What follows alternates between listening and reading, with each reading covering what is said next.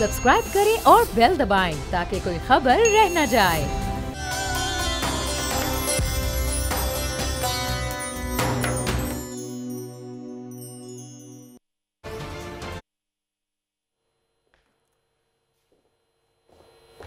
दुनिया बोल है में खुश आमदीद। 14 रमजान है आज और यकीनन रोजा जारी है और गर्मी आज बड़ी है कराची में। वर्दा बहुत ज्यादा गर्मी है। मुझे तो हैरत हो रही है कि जो रोजेदार बेचारे बाहर गर्मी में काम कर रहे हैं, स्पेशली वो रोजेदार जो बाइकों पे सफर कर रहे हैं। जी हाँ, उनका और गर्मी इतनी बढ़ जाती है, इस वजह से रोड रेज भी ज्यादा हो रही होती है, झगड़े ज्यादा हो रहे होते हैं रोडों के ऊपर। लोगों को ज्यादा आ रहा बहुत जरूरी है अपने आप को काम रखिए, सुकून से रोजा गुजारिए, क्योंकि रोजा खराब हो जाता है झगड़ने से, लड़ने से, और इस तरह रोड रेज बढ़ती रहती है। लेकिन ये गर्मी सिर्फ सड़कों पे नहीं है, माहौल में नहीं है, सियासत के मैदान में भी है। बिल्कुल। वैसे तो आमतौर पर रमजान मुबारक में देखा जाता है कि चाहे वो सियासत का शोबा हो या कोई और शोबा हो, कुछ ना कुछ हलचल तो रहती ही है। लेकिन इस माह रमज़ान पहले रोज़े से ही जिस तरह की सियासी सूरत हाल हमारे सामने आई है, पहले रोज़े को ही असेंबली तहलील हो गई और फिर उसके बाद सुप्रीम कोर्ट ने जब नोटिस लिया तो उसके बाद दिन ब दिन आए दिन आवाम को सियासत की जानिब से कोई ना कोई डिफरेंट सरप्राइजेस मिलते ही जा रहे हैं। और लोग इस बात पे परेशान हैं कि हम इलेक्शन की तैयारी करें, अदालत के फैसले का इंतजार करें, या फिर दोबारा तहरीक अदम एतमाद आएगी, होने क्या वाला है। एवरीवन इज थिंकिंग यार कब फैसला आएगा, कब फैसला आएगा। आज भी समाअत मौखर हो गई और रोज समाअत सुनी जा रही है। होपफुली फैसला जल्दी आएगा, सूरत हाल क्लियर हो जाएगी, सर्टन हो जाएगी कि इलेक्शन होना है या तहरीक अदम एतमाद। लेकिन पहले नजर डालते हैं बड़ी खबर पर। विफाक के बाद पंजाब में पीटीआई का सरप्राइज, अपने ही डिप्टी स्पीकर के खिलाफ तहरीक अदम एतमाद ले आए। तरीन, अलीम खान, खोखर और चीमा के बाद अब मजारी ग्रुप भी सामने आ गया। रमजान में शैतान कैद, महंगाई का जिन आजाद, सब्जियों के बाद अब फलों की कीमतें भी दुगनी, मुनाफाखोर मजे में हैं। कौमी टीम ने ऑस्ट्रेलिया के खिलाफ फिर तारीख दोहरा दी। वाहिद T20 मैच में शिकस्त के बाद एक बार फिर हसन अली ट्रोल हो रहे हैं। और रोज़ा इस्लाम का अहम रुकन है, लेकिन रोज़े के अरकान क्या हैं? प्रोग्राम में उलमा से बात होगी। राइट, विफाक के अलावा पंजाब में भी बड़ी गहमा गहमी है इस वक्त सियासत पे। वर्दा बिल्कुल, बहुत ज़्यादा। और कल तक उम्मीद यही थी कि वज़ीर आला पंजाब उस्मान बुज़दार के इस्तीफ़े के खिलाफ आज वज़ीर आला देखेंगे कि कौन नामज़द होगा, क्या किया जाएगा। लेकिन हमजा शहबाज शरीफ थे या फिर वज़ीर आला पंजाब। राइट, और मैं आपको बताऊंगा वज़ीर आला पंजाब उस्मान बुज़दार के इस्तीफ़े के खिलाफ आज नए वज़ीर आला का इंतखाब होगा।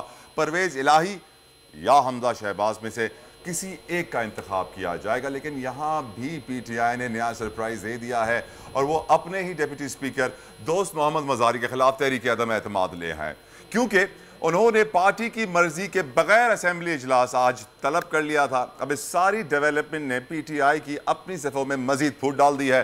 तरीन, अलीम खान, खोखर, चीमा के बाद अब मजारी ग्रुप भी सामने आ गया है और कहा यह जा रहा है कि पीटीआई के 12 से 15 अरकान मजारी ग्रोह के साथ हैं। लेकिन यहां सवाल यह है कि आखिर ये पीटीआई अपने साथ कर क्या रही है। इस पर हम बात भी करेंगे, डिस्कशन भी करेंगे। यकीनन पीटीआई मुश्किलात का शिकार है और पंजाब सियासत का गढ़ है। वहां से जो पार्टी जीतती है बड़े ज्यादा चांसेस होते हैं कि वो विफाक में भी हुकूमत बनाएंगे। इसलिए वेरी इंपॉर्टेंट कि आप पंजाब में अपनी हुकूमत स्ट्रॉन्ग रखें। हसन खावर हमारे साथ मौजूद हैं, आप तर्जुमान पंजाब हुकूमत हैं। हसन, बताइएगा what is the current scenario, क्या सिचुएशन है? इतने धड़ बन गए हैं पीटीआई में कि लगता है कि अब PTI F, PTI S, PTI के, पीटीआई जे सामने आने वाली हैं। प्लीज़ इन्फॉर्म कीजिए हमारे व्यूअर्स को। देखिए, जिस शख्स पे एतमाद ना रहे उस शख्स के खिलाफ तहरीक अदम एतमाद लानी पड़ती है और लानी चाहिए भी है। और इस वक्त ये हुआ है कि इजलास की सूरत हाल है, उसमें मेरा ज़ाती ख्याल है कि देखिए, जब भी असम्बली का इजलास कॉल होता है, डिप्टी स्पीकर का राइट है, क्योंकि स्पीकर खुद इस वक्त वज़ीर आला के उम्मीदवार हैं। लेकिन ये काम मुशावरत से होते हैं, ये काम पार्टी के साथ बात करके, असम्बली के स्टाफ से, लॉ डिपार्टमेंट से, कुछ आप ये नहीं कर सकते कि रात गए सादे कागज़ के ऊपर अपनी मर्जी से एक असम्बली इजलास का नोटिफिकेशन कर दें। और इसलिए ये मेरा ख्याल है बात भी ज़रा ताज्जुब की और डिजायरेबल नहीं थी। और पार्टी का ये फैसला था कि इनके खिलाफ फिर तहरीक अदम एतमाद पेश की जाए। ये बताइए कि बज़ारी साहब से इख्तलाफात की आखिर आपकी वजह क्या बनी? उन्होंने ये अदम एतमाद क्यों जाहिर किया और क्यों रातों रात इजलास तलब कर लिया? देखिए, उन्होंने क्यों ऐसा किया इसका जवाब तो वो दे सकते हैं, लेकिन इस वक्त तो जाहिर है कि ये फौरी तौर पर तहरीक अदम एतमाद पेश की गई है ताकि कोई मजीद इसके अंदर खराबी ना हो। लेकिन मैं आप क्यों का सवाल उनसे पूछना ज़्यादा बेहतर है, लेकिन आपको पता ही है कि इस वक्त तो पूरा मुल्क जो है वो एक इंतशार की सियासत की जद में है। और गुलबर्ग में जो होटल के अंदर हो रहा है और मुस्लिम लीग नवाज में जैसे वहाँ पर लोगों को महफूज करके रखा हुआ है वो भी सबके सामने है। तो मुझे तो समझ नहीं आ रही कि ये सियासत को किस पे ले जाना चाहते हैं। पहले 3.5 साल ये कहते रहे कि जी हुकूमत क्यों आई है, काम नहीं कर रही, फ्रेश इलेक्शन फ्रेश इलेक्शन। आज जब हुकूमत खुद कह रही है कि जी आप फ्रेश इलेक्शन करवा लें, अवाम के पास जाएं, तो मुझे तो लग रहा है कि उनका जैसे ब्लफ कॉल हो गया और अब वो अवाम के पास जाने से घबरा रहे हैं और इस वक्त कभी इधर छुप रहे हैं कभी इधर छुप रहे हैं। मुझे तो समझ नहीं आ रही कि ये बताइए अहसान साहब, ये बताइए कि मज़ारी साहब का जो एक्शन थे उसके ऊपर क्या पाकिस्तान तहरीक इंसाफ की हुकूमत ने कोई वजाहत उनसे मांगी, कोई एक्सप्लेनेशन मांगी गई है उनसे?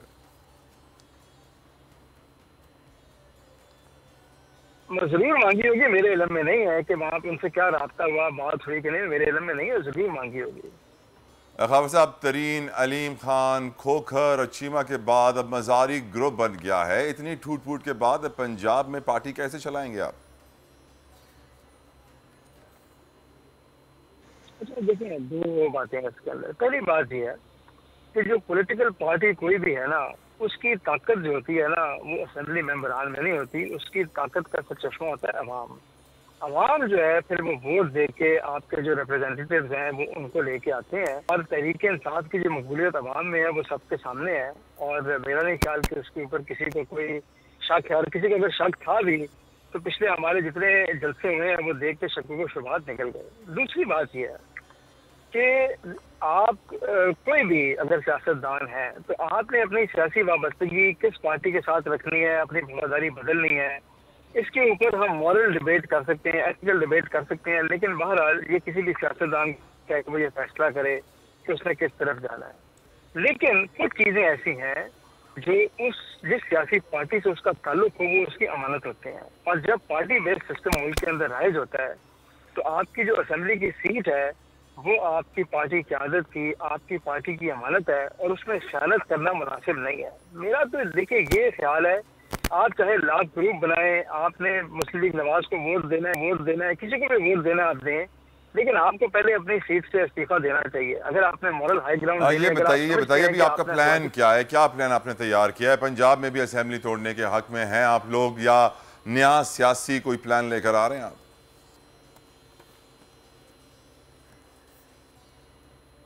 देखिए मेरा जाती ख्याल तो ये है कि अब हमें फ्रेश इलेक्शन की तरफ जाना चाहिए, क्योंकि इस वक्त जो है सियासी मामला इस तहत पर पहुंच चुके हैं कि आइडिया ये है कि दोबारा अवाम के पास जाया जाए और अवाम जो है वो फ्रेश मैंडेट दें, जिसको उनका दिल करता है वो दें, और उसके बाद फिर नई हुकूमत आए। आइडियल तो ये है, लेकिन पंजाब असेंबली के अंदर जाहिर है कि इस वक्त क्योंकि सीएम का इलेक्शन होना है तो इस स्टेज के ऊपर असेंबली नहीं तोड़ी जा सकती, और उसको वो जिस सिचुएशन में तोड़ी जा सकती है उसका आइन के अंदर तस्करा है, और जब तक वो सूरत हाल ना हो तो वो नहीं तोड़ी जा सकती। तो इसलिए जाहिर है कि ये जो आईनी अमल है इसको मुकम्मल करना होगा, लेकिन मेरी जाती राय में फ्रेश इलेक्शन जो है ये बताइए अगर आप परवेज इलाही साहब को वज़ीर आला मुंतखब नहीं कर पाते तो फिर क्या होगा?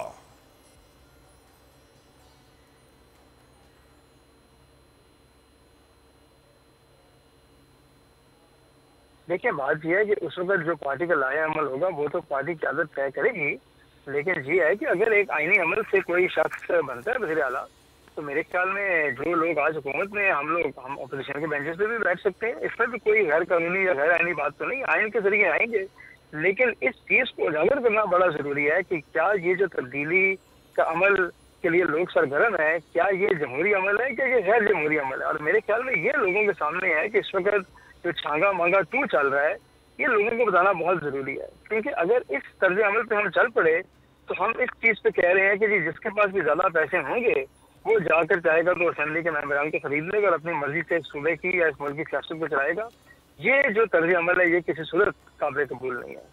राइट, हमें ज्वाइन किया है सीनियर एनालिस्ट अमीर अब्बास ने भी। अमीर अब्बास साहब, thank you so very much. पहला सवाल जो मैं आपसे पूछना चाहूँगा कि आपको लगता है कि हमारे मुल्क की डर्टी पॉलिटिक्स रोज़ बरोज़ मज़ीद डर्टी होती जा रही है? सिर्फ तला ये डर्टी नहीं होती जा रही, बल्कि आप इसको क्यों इतना को खूबसूरत लफ्ज़ इस्तेमाल कर रहे हैं डर्टी जैसा? आप कहें गलीज़ होती जा रही है, आप कहें नापाक होती जा रही है, आप कहें बदबूदार होती जा रही है। कोई इस किस्म का लफ्ज़ इस्तेमाल करें ना यार, लोगों को समझ आए कि क्या हो रही है। जो इसकी असल हालत है इस वक्त गलाजत से भरपूर, और एक कन्फ्यूजन क्रिएट कर दी गई है इस वक्त। अमली तौर पे आप देखें मुल्क में मरकज़ में कोई हुकूमत नहीं है, पंजाब में कोई हुकूमत नहीं है। अच्छा, ये हुकूमत तो 3 अप्रैल के बाद का एक हुकूमत का क्राइसिस है। वैसे तो प्रैक्टिकली अगर हम मरकज़ में देखें तो गुज़श्ता 1 माह से कोई हुकूमत नहीं है। भले हुकूमत थी, लेकिन चूंकि ऑफ नो कॉन्फिडेंस आ गई तो हुकूमत की सारी तवज्जो प्राइम मिनिस्टर की, उनकी कैबिनेट की, वो इस वोट ऑफ नो कॉन्फिडेंस को नलिफाई करने के लिए, इसको काउंटर करने पर थी। प्राइम मिनिस्टर ने जलसे शुरू कर दिए, और जब प्राइम मिनिस्टर जलसे करता है तो वो जहाँ जाए, जिस शहर में जाए, उस शहर की जो इंतज़ामिया है वो 3-4 दिन के लिए समझे मफलूज हो जाती है, और कोई काम नहीं होता वहाँ पे। सिर्फ प्राइम मिनिस्टर के जलसे को एंटरटेन करने के ऊपर सारी तवानाइयाँ सर्फ होती हैं। तो एक तरह से गुज़श्ता को 1-1.5 माह से पाकिस्तान जिस तरह चलना चाहिए था वो नहीं चल रहा। उसके बाद मज़ीद बहरान जो है वो स्पीकर की रूलिंग की वजह से आ गया। कल 9:30 बजे सुप्रीम कोर्ट अपनी समाअत शुरू करेगी, और जो 3 दिन से हम यहाँ इस्लामाबाद समाअत को देख रहे हैं, उम्मीद तो है कि कल समाअत का आखिरी दिन होगा, और मुमकिन है कि कल शाम को ही अदालत कोई शॉर्ट ऑर्डर सुना दे। अगर कल शाम को शॉर्ट ऑर्डर ना आए तो फ्राइडे यानी परसों अदालत यकीनी अपना मुख्तसर फैसला ज़रूर सुनाएगी, ताकि इंटरिम रिलीफ अगर मिलना है अपोजिशन को, या जो फैसला स्पीकर ने किया, हुकूमत ने किया, उसको अदालत ने वैलिडेट करना है। जो भी सूरत हाल है वो हमें अगले 24 से 36 घंटों में वाज़े हो जाएगी। बट अमीर, डोंट यू थिंक कि इस वक्त जो सिचुएशन है, काफ़ी सारे लोग ये चाहते हैं कि अदम एतमाद की तहरीक दोबारा हो, काफ़ी सारे लोग ये चाहते हैं कि हम इलेक्शंस की तरफ जाएं। हमारे मुल्क के मफाद में क्या है, अदम एतमाद की तहरीक या इलेक्शंस, इन योर ओपिनियन?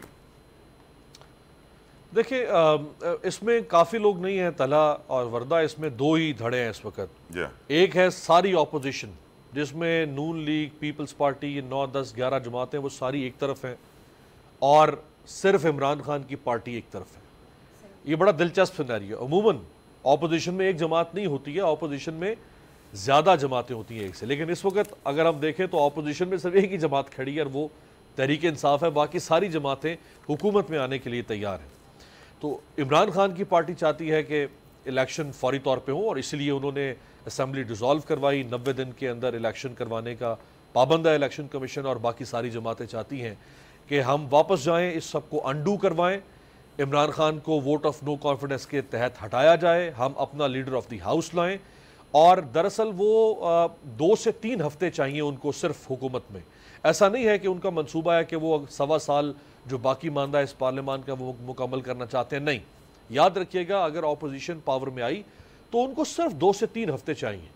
वो इसलिए चाहते हैं इक़्तिदार में 2 से 3 हफ्ते, ताकि वो इलेक्शन कमीशन के कवानीन में, और जो इमरान खान साहब ने इलेक्ट्रॉनिक वोटिंग मशीन और ओवरसीज़ पाकिस्तानियों को वोट का राइट दिया था, वो उसको अपने मुफादात के तहत उसको रिवर्स करेंगे या उसमें तरमीम लेकर आएंगे।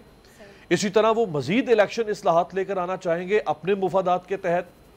और मुमकिन है नून लीग चाहेगी कि नवाज शरीफ की वापसी को किस तरह मुमकिन बनाया जा सकता है, जो केसेस हैं शरीफ फैमिली के, उनको किस तरह मैनेज किया जा सकता है। क्योंकि आज से ठीक 5 दिन के बाद 11 अप्रैल को शहबाज शरीफ साहब, जो कि प्राइम मिनिस्टर इन वेटिंग थे आज से 3 दिन पहले तक, तो शहबाज शरीफ के ऊपर फर्द जुर्म लगने जा रही है। ये एक बहुत बड़ी खबर होगी दुनिया के लिए कि अगर वो प्राइम मिनिस्टर बन जाते हैं अगले 4 दिन के अंदर, तला तो प्राइम मिनिस्टर के ऊपर फर्द जुर्म लग जाएगी। वो बाकायदा तौर पर कानून और आइन की नज़र में एक मुल्जिम डिक्लेयर हो जाएंगे, और इमरान खान के पास एक बहुत बड़ा इशू होगा पॉलिटिक्स करने के लिए।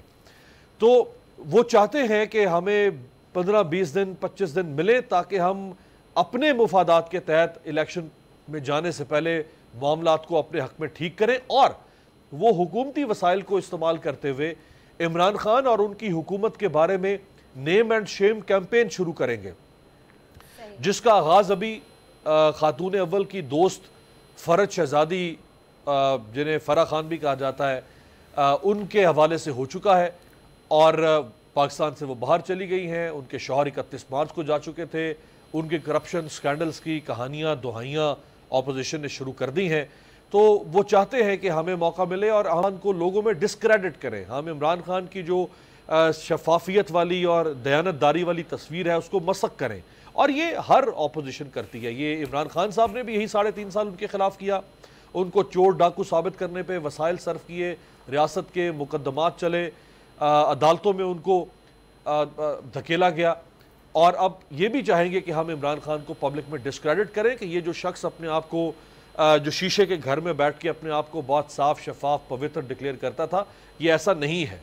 तो सूरत हाल यकीनी तौर पे अमीर साहब हमारे साथ एस्ट्रोलॉजिस्ट शेख अजीम हनीफ साहब भी मौजूद हैं, तो उनसे भी कुछ सवाल करते हैं, उनसे भी बात करते हैं। अभी हमारे साथ हैं जी। अस्सलाम वालेकुम शेख साहब।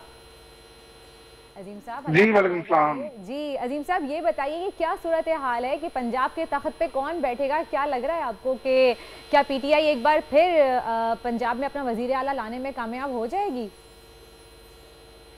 अच्छा, सबसे पहली बात है कि मेरी एस्ट्रोलॉजी है वो किसी भी तज्जिए पे, किसी भी सियासी बयान पे, किसी के ट्विटर की ट्वीट पे बेस नहीं करती। मैं जो देखता हूँ, पाकिस्तान का मैंने हॉरोस्कोप बनाया हुआ, मैं उसी की बेस पे सारा डिस्कस करता हूँ। पंजाब की जहाँ तक सूरत हाल है, पंजाब में जो चीजें चल रही हैं इस वक्त, मेरा नहीं ख्याल कि पीटीआई इस वक्त यहाँ पे अक्सरियत लेगी, और मुझे बहुत सारा लग रहा है कि गवर्नर राज लगाने के जो करीब है पंजाब की गवर्नमेंट। यानी कि आपको क्या लग रहा है कि वजीर आला साहब हमजा शहबाज शरीफ बनेंगे? वजीर आला शहबाज शरीफ नहीं बन सकती, अभी थोड़ा सा प्रॉब्लम रहेंगी, और मेरा ख्याल है कि वजीर आला की अपॉइंटमेंट थोड़ी डिले करके गवर्नर राज लगाया जाए, मुझे ये लग रहा है। चलें जी, देखते हैं। तो बहुत ही एक अलग सूरत हाल आपने बताई कि पिछले 2 हफ्ते से भी हम लोग जो टैरो का रीडर से बात कर रहे हैं वो कुछ अलग बात कह रही हैं, ये अलग बात कह रहे हैं। कि अमीर साहब आप क्या कहेंगे इस बारे में? मेरा नहीं ख्याल कि कानूनी तौर पे या आईनी तौर पे गवर्नर रूल लगाना मौजूदा प्राइम मिनिस्टर के लिए मुमकिन होगा, क्योंकि इमरान खान साहब आज और 2 अप्रैल के इमरान खान में फ़र्क है। आज वो एक तरह से उनकी हैसियत एक फुल लेंथ प्राइम मिनिस्टर की नहीं है, उनके पास कोई काबीना नहीं है, उनके इख्तियारात जो हैं वो बहरहाल अब निस्बतन महदूद हैं, और वो एक केयर टेकर प्राइम मिनिस्टर के तौर पर हैं। जब तक ट्रांजिशन नहीं होती, इंटरिम प्राइम मिनिस्टर नहीं आता जो कि अपोजिशन लीडर और लीडर ऑफ द हाउस यानी इमरान खान साहब की मुशावरत से आएगा, जिसके ऊपर सदर पाकिस्तान ने प्रोसेस इनिशिएट कर दिया है। आज उसका 3रा दिन और आखिरी दिन भी है, लेकिन अपोजिशन लीडर कह चुके हैं कि हम आपके साथ ताउन नहीं करेंगे, क्योंकि जब तक सुप्रीम कोर्ट अपनों को फैसला नहीं सुनाती तो हम अब कोई नाम तजवीज़ नहीं करेंगे, और उन्होंने हुकूमत के नाम जस्टिस गुलजार साहब को भी मुस्तरद कर दिया है। तो अब इमरान खान साहब इस हैसियत में गवर्नर रूल लगा सकते हैं या नहीं, ये एक बहरहाल सवाल है जिसका जवाब कोई आईनी माहिर बेहतर दे सकते हैं। और इसके अलावा गवर्नर रूल लगाने की भी आइन में कुछ शराइत दी गई हैं। ऐसा नहीं है कि जब प्राइम मिनिस्टर उठे वो गवर्नर रूल लगा दे, उसके लिए आपको साबित करना होगा कि ये कंडीशंस हैं, एक चेक लिस्ट है।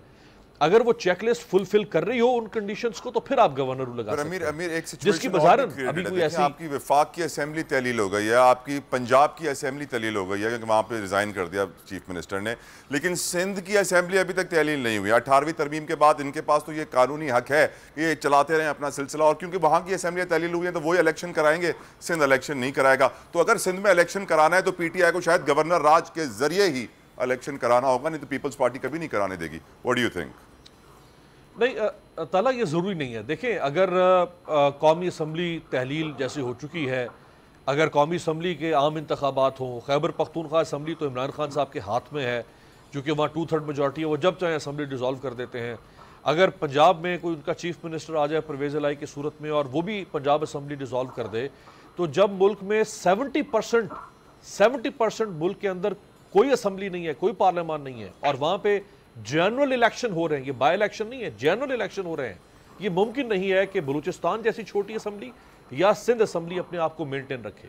मुल्क में मेरे साथ काफी लीगल एक्सपर्ट से अभी बात भी की थी, तो वो सब उनकी यही राय थी कि 18वीं तरमीम के बाद इनको पूरा हक दे दिया गया है कि अपना टाइम पूरा करें, अपना टेन्योर पूरा करें। लेकिन of course we respect your opinion as well, आपकी राय भी इंतहाई मोहतरम है और सितारे भी हमारे साथ हैं।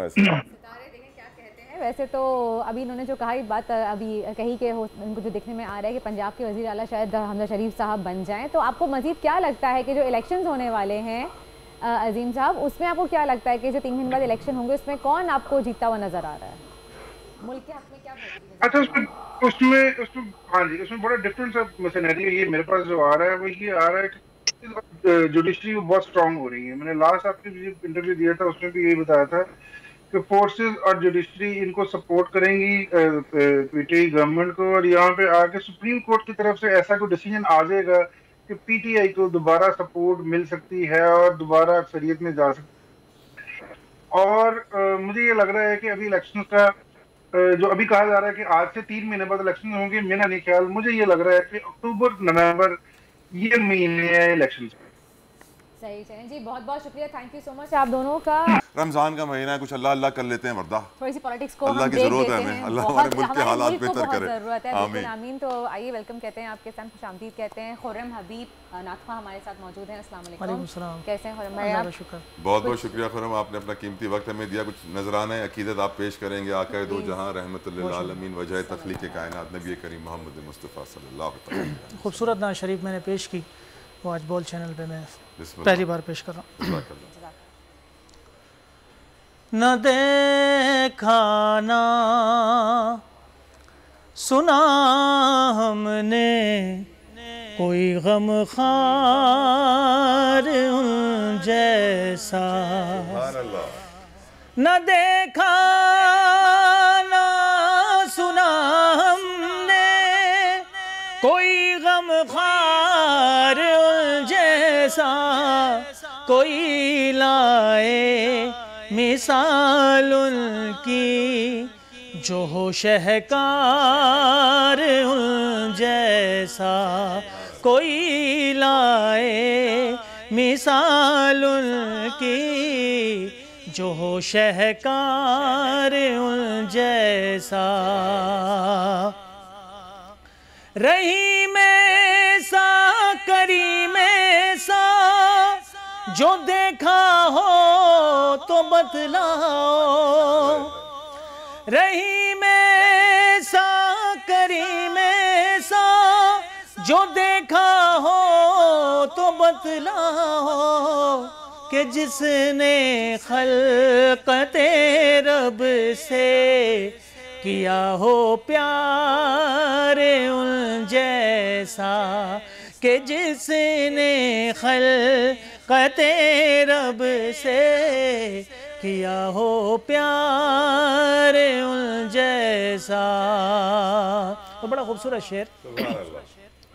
अगर कुछ सीखना चाहो दरे ज़हरा पे आ जाओ, अगर कुछ सीखना चाहो दरे ज़हरा पे आ जाओ, ज़माने भर पे छा जाओ, ज़माने भर पे छा जाओ, जो हो इज़हार उन जैसा, ज़माने भर पे छा जाओ, जो इज़हार उन जैसा।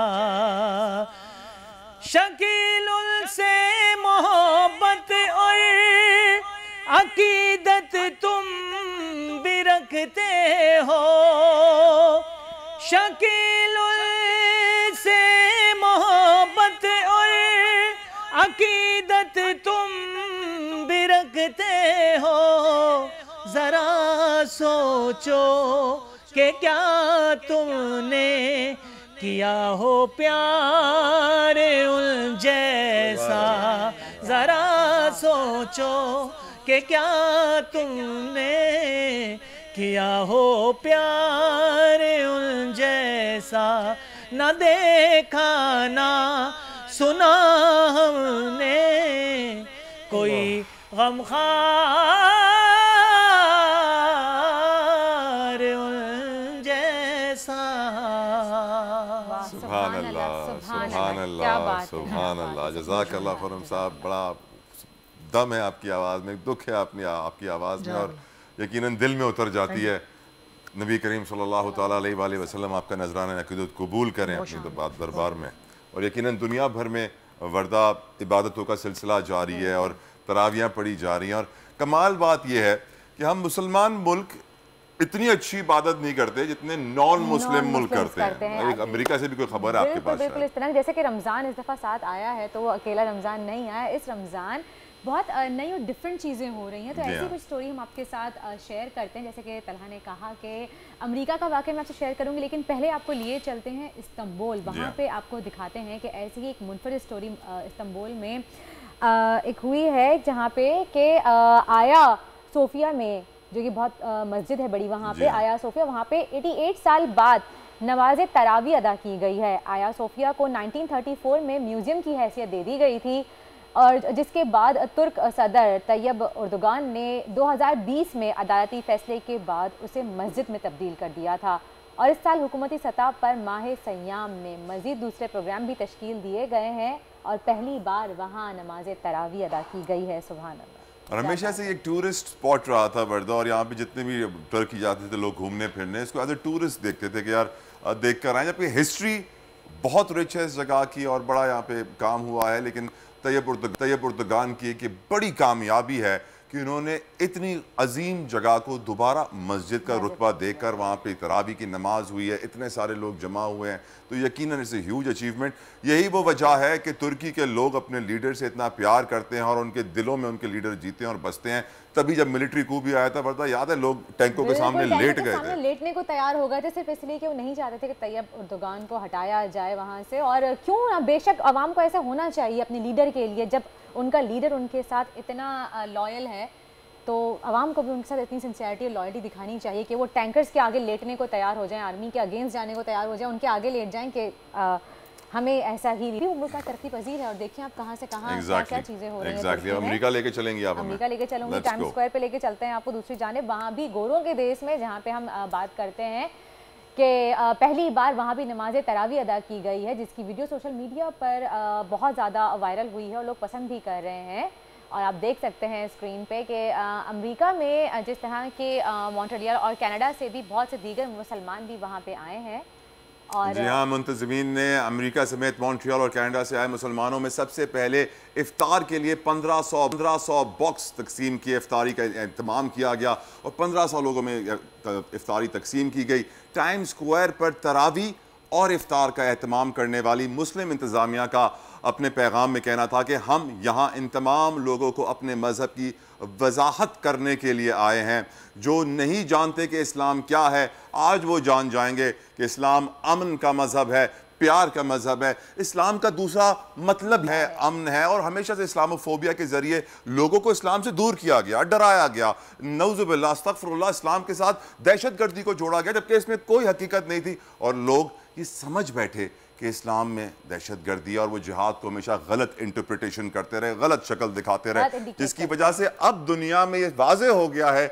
इसमें इमरान खान साहब को भी क्रेडिट जाता है कि इस्लामोफोबिया का डे मनाया जा रहा है अक़वाम मुत्तहिदा में, साथ साथ दुनिया भर में लोगों को मालूम पड़ गया है कि दहशतगर्दी और इस्लाम दो अलग अलग चीज़ें हैं, इनको साथ मिलाना बहुत गलत और नाइंसाफ़ी होगी तमाम मुसलमानों के साथ। बिल्कुल जी, और यही मैं आपसे बात कर रही थी कि हमने ये डिफरेंस जो इमरान खान साहब ने पेश किया है कि उन्होंने इस्लामोफोबिया के अगेंस्ट जो बात की है, ये आज तक हिस्ट्री में कोई बात नहीं कर पाया हमारे पाकिस्तान की जानिब से। अल्हम्दुलिल्लाह किसी ने तो की और खान साहब ने की, तो इसलिए आप बस देखें क्या होता है। चलें जी, मूविंग फॉरवर्ड, माह रमज़ान की आमद के साथ साथ महंगाई का जिन भी भाई बड़ा बेकाबू हो जाता है, हम ऑलरेडी जानते हैं। इनफैक्ट गुज़िश्ता रोज़ प्रोग्राम में मैंने माहिर मुआशिया से सवाल पूछा था कि कहीं हम डिफ़ॉल्ट तो नहीं करेंगे, हमारा मुल्क कहीं इस मुश्किल से दो चार तो नहीं होगा जिस तरह श्रीलंका के हालात है, कहीं पाकिस्तान के हालात तो नहीं जाएंगे। और हैरत अंगेज़ बात यह है कि आज शहबाज शरीफ साहब ने भी कुछ ऐसी बातें कर दी हैं कि मुल्क डिफ़ॉल्ट की तरफ जा रहा है। माह रमज़ान की आमद के साथ जिस तरह दुनिया भर में चीज़ें सस्ती होती हैं, हमारे यहाँ चीज़ें महंगी होती हैं। हम अच्छे मुसलमान जो ठहरे हैं। साथ साथ आपको बताऊँ कि महंगाई का जिन बेकाबू हो जाता है, सब्जियों के बाद फलों की कीमतों को भी पर लग जाते हैं और कोई प्राइस कंट्रोल मैकेनिज्म नहीं होता है। मज़ीद जानते हैं अपने नुमाइंदा बोल मरियम हसन से। जी मरियम, बताइए मुझे।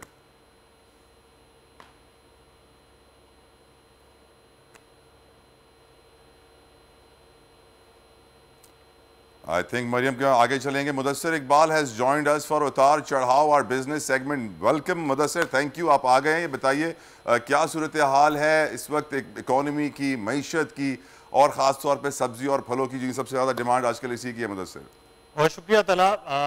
यकीनी तौर पर पाकिस्तान में रमज़ान मुबारक से एक दिन पहले महंगाई होती है। उससे पहले चीज़ें जो हैं वो रह रही होती हैं, चाहे वो महंगी भी हैं, लेकिन ये रमज़ान मुबारक की बरकत है कि ज़ख़ीरा अंदोज़ों के लिए, दुकानदारों के लिए वहाँ कीमतें फौरी तौर पर बढ़ा दी जाती हैं। जो सब्ज़ियाँ 100 रुपये में हैं वो 150 रुपये में, जो फल 200 रुपये में बिक रहा है वो अचानक 400 रुपये में पहुंच जाता है। तो क्या वजह है ये सब्जियों और फलों की कीमतों के रमज़ान मुबारक में जो इस तरह से बढ़ रही होती है, हम बात करेंगे। वहीद अहमद साहब हमारे साथ मौजूद हैं, पैटर्न चीफ हैं all Pakistan fruit and vegetable association merchant के। बहुत शुक्रिया वहीद साहब आपके वक्त का। ये क्या वजह है, पूरी दुनिया में रमज़ान मुबारक का आगाज़ होता है तो ये कीमतें कम हो जाती हैं, हमारे यहाँ इंतज़ार होता है 11 महीने के रमज़ान मुबारक आएगा तो अचानक 100 रुपये की सब्ज़ी जो है वो 150-200 में हो जाएगी, फल 200 से 400 में पहुँच जाएंगे। क्या बुनियादी वजह है इसकी? देखिए जी, ये तो मेरे ख्याल से मैं 15 साल से जब भी रमज़ान आता है इस बात के ऊपर, महंगाई के ऊपर बात कर रहा होता हूँ और 2022 में भी वही बातें फिर दोहराई जा रही है। हर साल यही बात होती है। अनफॉर्चुनेटली बात ये कि जो नॉन मुस्लिम कंट्रीज़ हैं वहाँ रमज़ान आता है तो वहाँ सेलें लग जाती है और हम मुसलमान मुल्क है और हम लोग ऐसा फ़ायदा उठाने की कोशिश करते हैं कि पूरे साल के अंदर रमज़ान का ही महीना है जो हमने कमाना है। मगर अनफॉर्चुनेटली फिर हालात भी हमारे लोगों के साथ फिर ऐसे ही होते हैं। फिर हम लोग कहते हैं कि मुल्क के हालात ख़राब हो रहे हैं, तो फिर पहले तो हम अपने आप को दुरुस्त करें कि हम किस डायरेक्शन में जा रहे हैं इस्लाम में, रमज़ान में क्या करना चाहिए। जो आपका सवाल है कि कीमतें महंगी क्यों हो रही है, इसको हमें अंडरस्टैंड करना चाहिए कि जो महीना अप्रैल का चल रहा है इसमें आपकी फ्रूट की अवेलेबिलिटी ही नहीं है। जिस तरह 3 आइटम जो इस टाइम पे जो है, एक तरबूज है, एक जो है खरबूजा है और केला है। केला भी ऑफ सीजन में है क्योंकि आपके जो टोटल, मैं सिर्फ कराची का एग्जांपल देना चाहता हूँ, जो पीक सीजन होता है उसमें 200 से ज़्यादा गाड़ियाँ आती हैं कराची मंडी में और अभी सिर्फ 14 से 15 गाड़ियाँ आ रही हैं। जो मंडी चलती है सब्जी मंडी, वो सप्लाई एंड डिमांड के ऊपर उसकी प्राइस जो है ऑप्शन उसके ऊपर डिपेंड करता है। और मैंने जो आपने सब्जियों की बात की है, सब्जियों की प्राइस रमज़ान में जो मैं देखता हूँ कि या फ्रूट की शुरू के 8वें रोज़े या 9वें रोज़े तक होल सेल के अंदर प्राइस ऊपर जाती है, उसके बाद उसका जो ट्रेंड है वो नीचे जाना शुरू हो जाता है। तो ये तो आज की मैं नहीं बात कर रहा, 10 साल का ट्रेंड मैं देखूंगा यही होता है। 8-9 रोज़े के बाद लोगों की जो है दूसरी तरफ जाते हैं, अपनी शॉपिंग दूसरी चीज़ों पे पैसा खर्च करते हैं, इतनी बाइंग नहीं होती। अगर अभी भी मैं देखूं प्राइस, अगर आलू की अगर देखूं तो 20 से 23 रुपए का होल सेल में आलू बिक रहा है। प्याज जो बिक रहा है 30 से 35 रुपए। मैं ये चाहता हूँ सही है, मंडियों मामला यह है सप्लाई एंड डिमांड का, लेकिन बहरहाल ये सप्लाई एंड डिमांड सिर्फ पहले स्टार्ट में इस तरह से बढ़ जाती है कि तैयार हुए बैठे होते हैं लोग। वहीद साहब बहुत शुक्रिया आपके वक्त का। तला सप्लाई एंड डिमांड से ज़्यादा मामला जो है वो शायद दुकानदारों ज़ख़ीरा अंदोज़ों ने अपनी बरकत समेटने के लिए रखा हुआ है रमज़ान मुबारक का पहला अशरा। सही कह रहे हैं आप मुदस्सिर। और प्राइस कंट्रोल मैकेनिज्म का ना होना, किसान किस रेट पे उगाता है, किस रेट पे वो आड़ती को बेचता है, किस रेट पे वो मार्केट में आती है और एंड कंज्यूमर को कब पहुंचती है, एक बहुत मैनिपुलेशन का बलून है। बहुत बहुत शुक्रिया, आपने इस इशू पे रोशनी डाली और आवाम तक हमने हकीकत पहुंचाई। उम्मीद करते हैं कि अरबाब इक़्तिदार कुछ करेंगे। एक ब्रेक लेते हैं, ब्रेक के बाद दुनिया बोल है रमजान स्पेशल जारी रहेगा, हमारे साथ रहिए।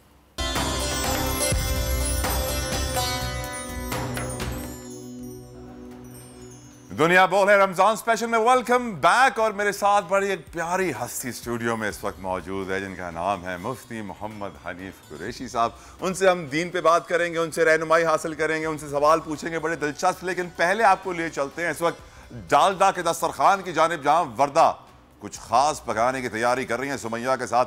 कल भी उन्होंने मुझे कुछ नहीं खिलाया था, परसों भी कुछ नहीं खिलाया था। वर्दा एंड सुमैया, आज मैं माफ नहीं करूंगा आप दोनों को। जी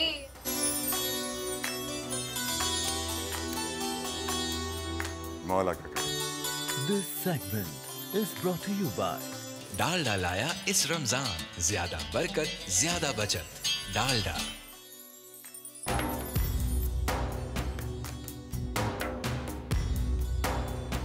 जी तो एक बार फिर से आप सबको वेलकम कहते हैं डालडा के दस्तरखान में। और कैसी हैं सुमैया? मैं बिल्कुल ठीक हूँ, आप कैसी हैं? मैं बिल्कुल ठीक। क्या बना रही हैं? बहुत अच्छी लग रही है। ये मेरा फेवरेट कलर आपने वेयर किया हुआ है, एमरल्ड ग्रीन, मुझे बड़ा पसंद है। Thank you. और मैं आज ये सोच रही थी मैं ये कलर पहनूं, मैंने कहा बाद में पहन लूंगी, मैंने टर्कोइज पहन अच्छा हुआ आपने ये वाला पहन लिया। मैचिंग हो जाते हैं। ये भी कभी करेंगे। लेकिन आप बना क्या रही हैं आज? आज आप देखिए मैं क्या बना रही हूं। वो क्या लग रहा है मैं क्या बना रही हूं? बहुत सारे इंग्रेडिएंट्स हैं और वो मुझे लग रहे हैं कुछ पिज्जा के ऐसे ही कुछ है। पिज्जा है, लेकिन आज हम पिज्जा नहीं बना रहे, हम पिज्जा बॉम्ब्स बना रहे हैं। क्योंकि हमारी कोशिश होती है कि इफ्तार में हम इस तरह की चीजें बनाएं जो थोड़ी सी अट्रैक्टिव भी हो, बच्चों को भी बहुत अच्छी लगे, बनाने में भी आसान हो और जल्दी बन जाए। अच्छा, मेरे बेटे का फेवरेट है पिज्जा। ये पिज्जा बॉम्ब क्या है जरा मैं समझूंगी आज। ये पिज्जा बॉम्ब बच्चे से ही बनवाइएगा अपने, आप बच्चों से भी हेल्प ले सकते हैं, बहुत आसान है बनाना। तो सबसे पहले स्टार्ट करते हैं हम पिज्जा बॉम्ब की जो फिलिंग होगी, फिलिंग से स्टार्ट करते हैं। एक छोटा पैन या पतीली आप जो भी आपके पास है आप वो ले लीजिए। और सुमैया इसमें आज ठीक ठाक मेरी हेल्प करेंगी, लग रहा है मुझे, सही काम करवाऊंगी उनसे आज ना। और क्या कहते हैं, अच्छा इसको ऑन कर लेते हैं, ऑन कर लेते हैं, उस वाले को ऑन कीजिए। देखें नहीं, आई थिंक हम चलें, आई थिंक गैस नीचे से बंद है, उसको हम देख लेते हैं। चलें जी, जब तक मैं आपको बता देती हूँ, मैरिनेशन बता देती हूँ आपको इसकी। मैं मैरिनेशन आप कर लीजिए पहले। सबसे पहले मेरे पास यहाँ पे चिकन क्यूब्स है, बिल्कुल बोनलेस। आप देखें छोटे छोटे क्यूब्स से मैंने इसको कट करके रखा हुआ है, बिल्कुल छोटे क्यूब्स लिए हैं अगर आप कैमरा में देख सकते हैं तो, ताकि इजीली, क्योंकि हम बॉम्ब्स बना रहे हैं पिज्जा बॉम्ब्स, तो इजीली उसमें छोटे छोटे पीसेज आते हैं, बहुत बड़े पीसेज ना हो। इसमें मैं क्या करूंगी, आप मुझे टीस्पून पास करेंगी प्लीज? बिल्कुल। मैं इसमें लहसुन अदरक का पेस्ट ऐड करूंगी 1 टीस्पून। मेरे पास यहाँ पे ये 350 ग्राम चिकन है, इसमें मैं 1 टीस्पून लहसुन अदरक का पेस्ट ऐड करूंगी। ठीक हो गया। और उसके साथ मेरे पास यहाँ पे है टिक्का मसाला, कोई भी आप टिक्का मसाला ले सकते हैं, सैशे कुछ भी आपको पैकेट मिल जाए, क्योंकि घर में अगर ये मसाले आप बनाएंगे तो उसमें आपको थोड़ा टाइम भी लग जाएगा। लेकिन ये आप ये रेडीमेड ले सकते हैं। एग्जैक्टली, कि हम चाह रहे हैं कि क्विक, झटपट और जल्दी बनाने के लिए, तो आप ये रेडीमेड भी ले सकते हैं। ठीक है। मैं इसमें 2 टीस्पून डाल रही हूँ, एज पर योर टेस्ट। जितना आपको मिर्च मसाला कम ज्यादा रखना है उस हिसाब से आप डाल सकते हैं। फिर मेरे पास है यहाँ पे दही, ये विस्क किया हुआ दही है मेरे पास फेंटा हुआ, ये मैं डाल दूंगी इसमें 2 चम्मच। और लेमन जूस डालूंगी इसमें अराउंड 1 टेबल स्पून। एक थोड़ा अच्छा सा खटास सा थोड़ा फ्लेवर आ जाएगा। और इसको हम अच्छे से मिक्स कर लेंगे। ठीक सही है जी। और उसके बाद इसको अब हमने मैरिनेट कर देना है। एक तो फौरन धांस लगती है, एक्चुअली मसाला ऐसा है कि इसकी वजह से एक्चुअली मेरे सर पे चल रहा है, जैसे ही मैं यहाँ मसाला लेके आती हूँ फौरन वो उठता है ना। चलें जी, इसको आप मैरिनेट करके रख दें तकरीबन आधा 1 घंटे के लिए। मीनवाइल आप डो तैयार कर लीजिए। मैं आपको डो दिखा देती हूँ। ये देखिए डो मैंने, आप देख सकते हैं, मैंने ये प्रूफ करने के लिए रखी हुई है, राइस होने के लिए। ये राइस हो गई थी डो। मैं दोबारा से अभी ब्रेक पे जब हम गए थे तो मैंने दोबारा थोड़ा सा ऑयल लगा के इसमें इसको थोड़ा सा नीट कर लिया था। और मजीद ये देखें इसको हमने कितना रखा है वर्दा? इसको आपने रखना है जब तक ये राइस ना हो जाए, डबल इन साइज ना हो जाए। इसके मैं आपको बता देती हूँ इंग्रेडिएंट। इसके लिए आपने 2 कप मैदा लेना है। पहले आप लीजिए एक नीम गर्म पानी, तकरीबन आधा कप नीम गर्म पानी लेके उसमें 2 टीस्पून आप चीनी ऐड कर दीजिए, उसको छोड़ दीजिए। फिर आप इंस्टेंट यीस्ट इस्तेमाल कीजिए। इंस्टेंट यीस्ट आ जाएगी इसमें 1 टीस्पून भर के ही फुल। वो आप चीनी जिस पानी में आपने डाला है उस पानी में मिक्स कर दीजिए। और उसके बाद जब इंस्टेंट यीस्ट आपकी थोड़ी सी फूल जाए, रेडी हो जाए, फिर वो आप इस आटे में मैदे में मिक्स कर दीजिए और इसको गूंद लीजिए। और इसमें आप 4 टेबलस्पून डालडा का कुकिंग ऑयल ऐड कीजिए। डालडा कुकिंग ऑयल ऐड करके आपने इस तरह से इसकी स्मूथ डो को नीट कर लेना है।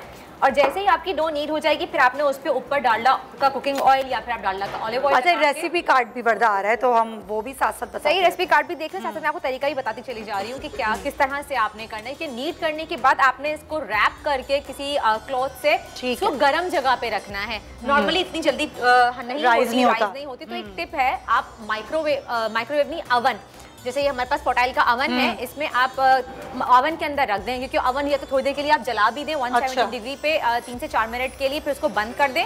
उसके बाद फिर आप ये अपनी डो जो है थोड़ा ठंडा होने के बाद अवन को फिर रख दें। अगर आपके पास टाइम नहीं है, जल्दी राइस करना है तो ये अच्छी टिप जल्दी राइस करना है तो ये इसको हम कर रहे हैं मिक्स, फौरन राइस हो जाएगा और उसके बाद इस तरह दोबारा से आप इसको नीट कर लीजिए। और एक टिप दे रही हूँ आपको, पिज्जा की डो कहते हैं हार्ड हो जाती है। वो हार्ड इसलिए होती है क्योंकि आप उसको हार्ड भूनते हैं।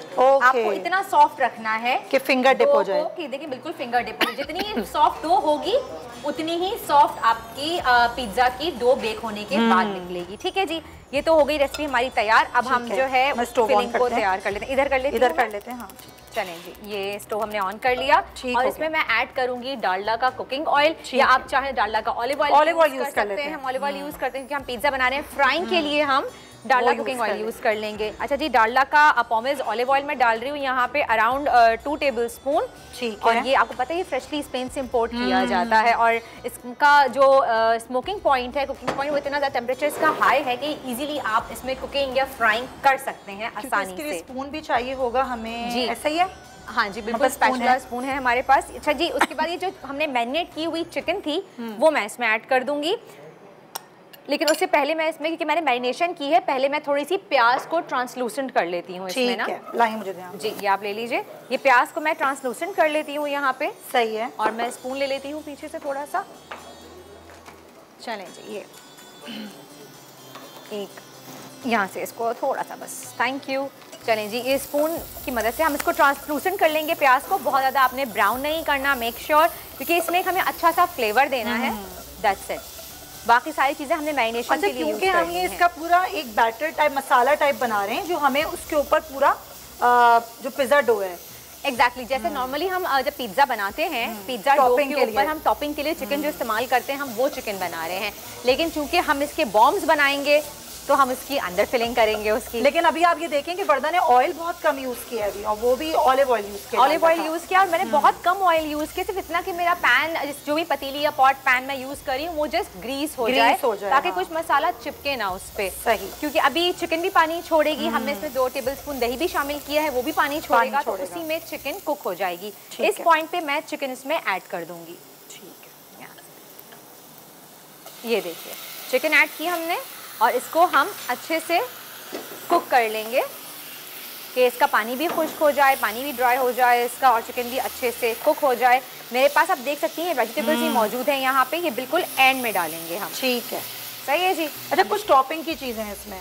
ये ऑलिव टॉपिंग के लिए है, चीज टॉपिंग के लिए है, कैप्सिकम मैं इसमें ऐड करूंगी उस पॉइंट पे जब चिकन कंप्लीटली कुक हो जाएगी। सही है। मैं हमेशा अपने शोज में ये बात कहती हूँ, जो लोग रेगुलरली मुझे फॉलो करते हैं, कि सब्जियां हमेशा आखिर में डालें और सब्जियों में हमेशा एक क्रंच रहना चाहिए। जैसे हम चावलों में एक कनी कहते हैं, उस तरह सब्जियों में भी एक क्रंच रहना चाहिए। ओवर कुक नहीं करना चाहिए, फिर मजा नहीं आता। वो यूं मरगिल्ली टाइप की ऐसे हो जाती है, लहरारी होती है, चाइनीज खा रहे होते हैं कलर। हम कहते हैं कि सब्जियों में ग़िज़ायत होती है, सब्जियां ग़िज़ायत से भरपूर होती हैं।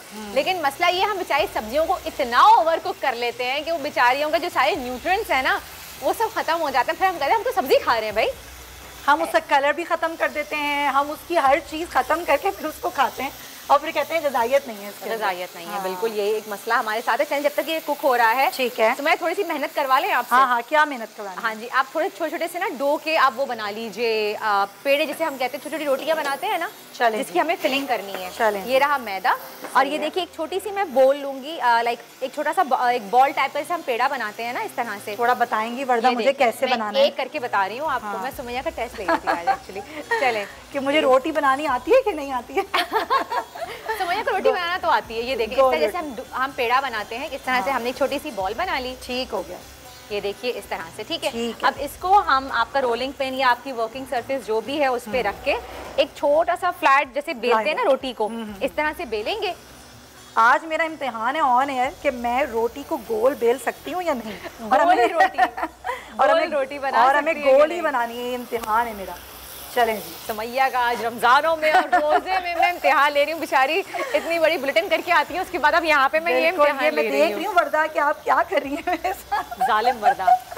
अच्छा जी, जालिम वर्दा। अच्छा, इसको हम कितना बड़ा करना है? इसको थोड़ा सा बड़ा कि अच्छे से इसमें बॉल बन जाए। आई थिंक इतना इनफ है। इनफ है? थोड़ा सा इसको और स्ट्रेच करें ताकि थोड़ा सा सेंटर थोड़ा सा ये वो हो जाए, सॉफ्ट हो जाए। जी ठीक है, ठीक है। हाँ, इतना काफी है। इतना काफी है। अब मैं बता देती हूँ सुमैया को कि अगर ये गोल ना भी हो तो कोई टेंशन की बात नहीं है, एनीवेज हमें इसको राउंड करना है। और मैं जो है, ठीक है, ठीक है, सही है। मैं आपको एक प्लेटर दे देती हूँ, इसमें आप रखती रहिए और थोड़े थोड़े इस तरह से बनाती रहिए। अच्छा, इसमें मैं थोड़ा सा पहले मैदा स्प्रिंकल कर दूंगी ताकि डो चिपके ना। सही है, ये ठीक हो। अब ऐसे सुमैया थोड़े थोड़े बनाती रहिए। आप देख रहे हैं कि ये गोल गोल से जो है छोटे से हम बॉम्ब बना रहे हैं। हाँ जी। अच्छा, इसको आप बेक भी कर सकते हैं और अगर आप चाहें तो आप इसको डीप फ्राई भी कर सकते हैं या इसको एयर फ्राई भी कर सकते हैं। ये ऑप्शंस हैं, ये ऑप्शंस हैं आपके पास। आजकल एयर फ्रायर कॉन्सेप्ट बहुत ज़्यादा आ गया है, बहुत ज़्यादा लोग हेल्दी की तरफ जा रहे हैं और कह रहे हैं कि भाई हम अगर एयर फ्राई में पकाना चाहें तो क्या पकाएंगे, तो उस पर आपको डालडा कुकिंग ऑयल से आपने जो बॉम्ब्स बनाए हैं उसको आपने ब्रश करना होगा। अच्छा, वरना एक चीज़ बताएं, एयर फ्रायर कुछ लोग ये मिसकॉन्सेप्शन है, क्या है कि एयर फ्रायर सही नहीं होता हेल्थ के लिए? कई बात सही नहीं, ऐसा कुछ नहीं है। नहीं, हम इस बारे में बात करेंगे और हम मजीद न्यूट्रिएंट्स के बारे में बात करेंगे क्योंकि हमारी न्यूट्रिशनिस्ट भी मौजूद है हमारे साथ। थोड़ी देर में वो हमें ज्वाइन भी करेंगी। तो ये सारे सवाल मुझे करने हैं और बहुत सी ऐसी चीज़ें जो रमज़ान में हमें बहुत प्रॉब्लम होती है, नाज़रीन आपको भी होती होगी, क्योंकि हम पानी भी कम पीते हैं, डिहाइड्रेट भी हो जाते हैं। तो उसके लिए हम ऐसा क्या खाएं या ऐसा क्या पिए हैं वर्दा? हम पता है बड़ी बड़ी बात करते हैं कि हम हेल्दी की तरफ जाएंगे, हम हेल्दी खाना खाएंगे, हेल्दी सहरी करेंगे, लेकिन ट्रस्ट मी हकीकत इसके बिल्कुल बरक्स है। अच्छा, मेरा गोल होता है हर रमज़ान क्या मैं कोई फ्राइंग आइटम नहीं खाऊंगी और मैं बहुत हेल्दी डाइट रखूंगी, मुझे वेट कम करना, वो सब जो है। अब एक सेकंड, अब सच सच बताओ मुझे और हमारे व्यूअर्स को भी, कितना ख्याल करती हो, कितने? वही बता रही हूँ कि मैं हर साल ये सेट करती हूँ गोल कि मैं कोई फ्राइंग आइटम नहीं खाऊंगी। जैसे मेरी प्यारी प्यारी बहनें जो देख रही हैं मुझे, वो भी करती हैं और फिर वो जब मेरे सामने पकौड़े समोसे आते हैं मैं सब भूल जाती हूँ। कहते हैं ना हम नहीं खा सकते, अपना नहीं कर पाती, हाथ नहीं रुकता। आपका ना एक पकौड़ा खाने के बाद हाथ नहीं रुकता, आपको खुद ब खुद ना उंगलियां चलने लगती हैं। मैं कहती हूँ प्लीज मेरे सामने से हटा लो। ये होता है और ये सबका प्रॉब्लम है। अच्छा, ये बोल हम हटा लेते हैं, इधर रख लेते हैं। हाँ, उधर रख लेते हैं ताकि ये देख सकें हमारे व्यूअर्स के किस तरह। ये गोल तो खैर अब टारगेट नहीं है मेरा, मुझे वर्दा ने थोड़ा इजी टारगेट दिया है कि बस आप जस्ट को रोल करें ताकि हम इसके बॉम्ब बना सकें। मैं बस इसका वेट करूँ, जैसे इसका पानी ड्राई होता है, बस ये भी थोड़ी देर में हो जाएगा। फिर आपको बताएंगे किस तरह से हम इसके मजीद इसकी हम फिलिंग कर सकते हैं। सही। मील भाई, अगर हमारे न्यूट्रिशनिस्ट रेडी हैं तो हम उनको बुला लेते हैं, उनसे थोड़ी बातचीत कर लेते हैं। सिद्रा हमारे साथ आज मौजूद है, हमारी न्यूट्रिशनिस्ट। अभी नहीं, थोड़ी देर बाद हम उनको बुलाएंगे, लेकिन अभी उनको आने में थोड़ा सा टाइम है। थोड़ी देर बाद हम उनको ज्वाइन करवा लेंगे अपने साथ और उनसे खूब सारे सवालात करेंगे। अगर आपके भी सवालात कोई हैं तो आप हमें लाइव कॉल कर सकते हैं, हमें बता भी सकते हैं, आप भी शामिल हो सकते हैं। चलें जी, ये देखिए। अच्छा, हमें कितने बनाने होंगे वर्दा? अभी आप बनाएं, अभी 6, 7, 8 तो बनाएं। हमारी पूरी टीम खड़ी है, सारे कैमरामैन भाई खड़े हैं हमारे, सब लोग खाएंगे। भाई माशाल्लाह बहुत बड़ी टीम है, उसको देख के मुझे लग रहा है कि मैं बनाती ही रहूंगी। चलें जी, आप बनाती रहिए और ये देखिए। अच्छा देखें, चिकन का पानी खुश्क हो गया है, आप ये देख सकते हैं। सही है। इस पॉइंट पे मैं इसमें जो मेरे पास कैप्सिकम है, शिमला मिर्च हरी वाली छोटी क्यूब में मैंने कट करके रखी हुई है, ये इसमें ऐड कर दूंगी। ठीक है, ताकि एक सब्जियों का भी अच्छा सा फ्लेवर आ जाता है इसमें। ये देखें, ठीक हो गया। इसको हम सिर्फ सौते करेंगे। चलें जी, इसको हम सौते कर लेते हैं अच्छे से।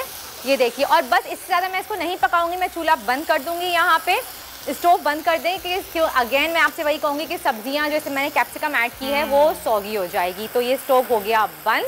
अब थोड़ा सा हम वेट करेंगे कि ये ठंडा हो जाए और मैं थोड़ी सी मदद कर देती हूँ। सुमैया की बेचारी अकेले इतनी सारी रोटियाँ बेल रही हैं, जब तक आप जाके देखिए आलिम के बोल।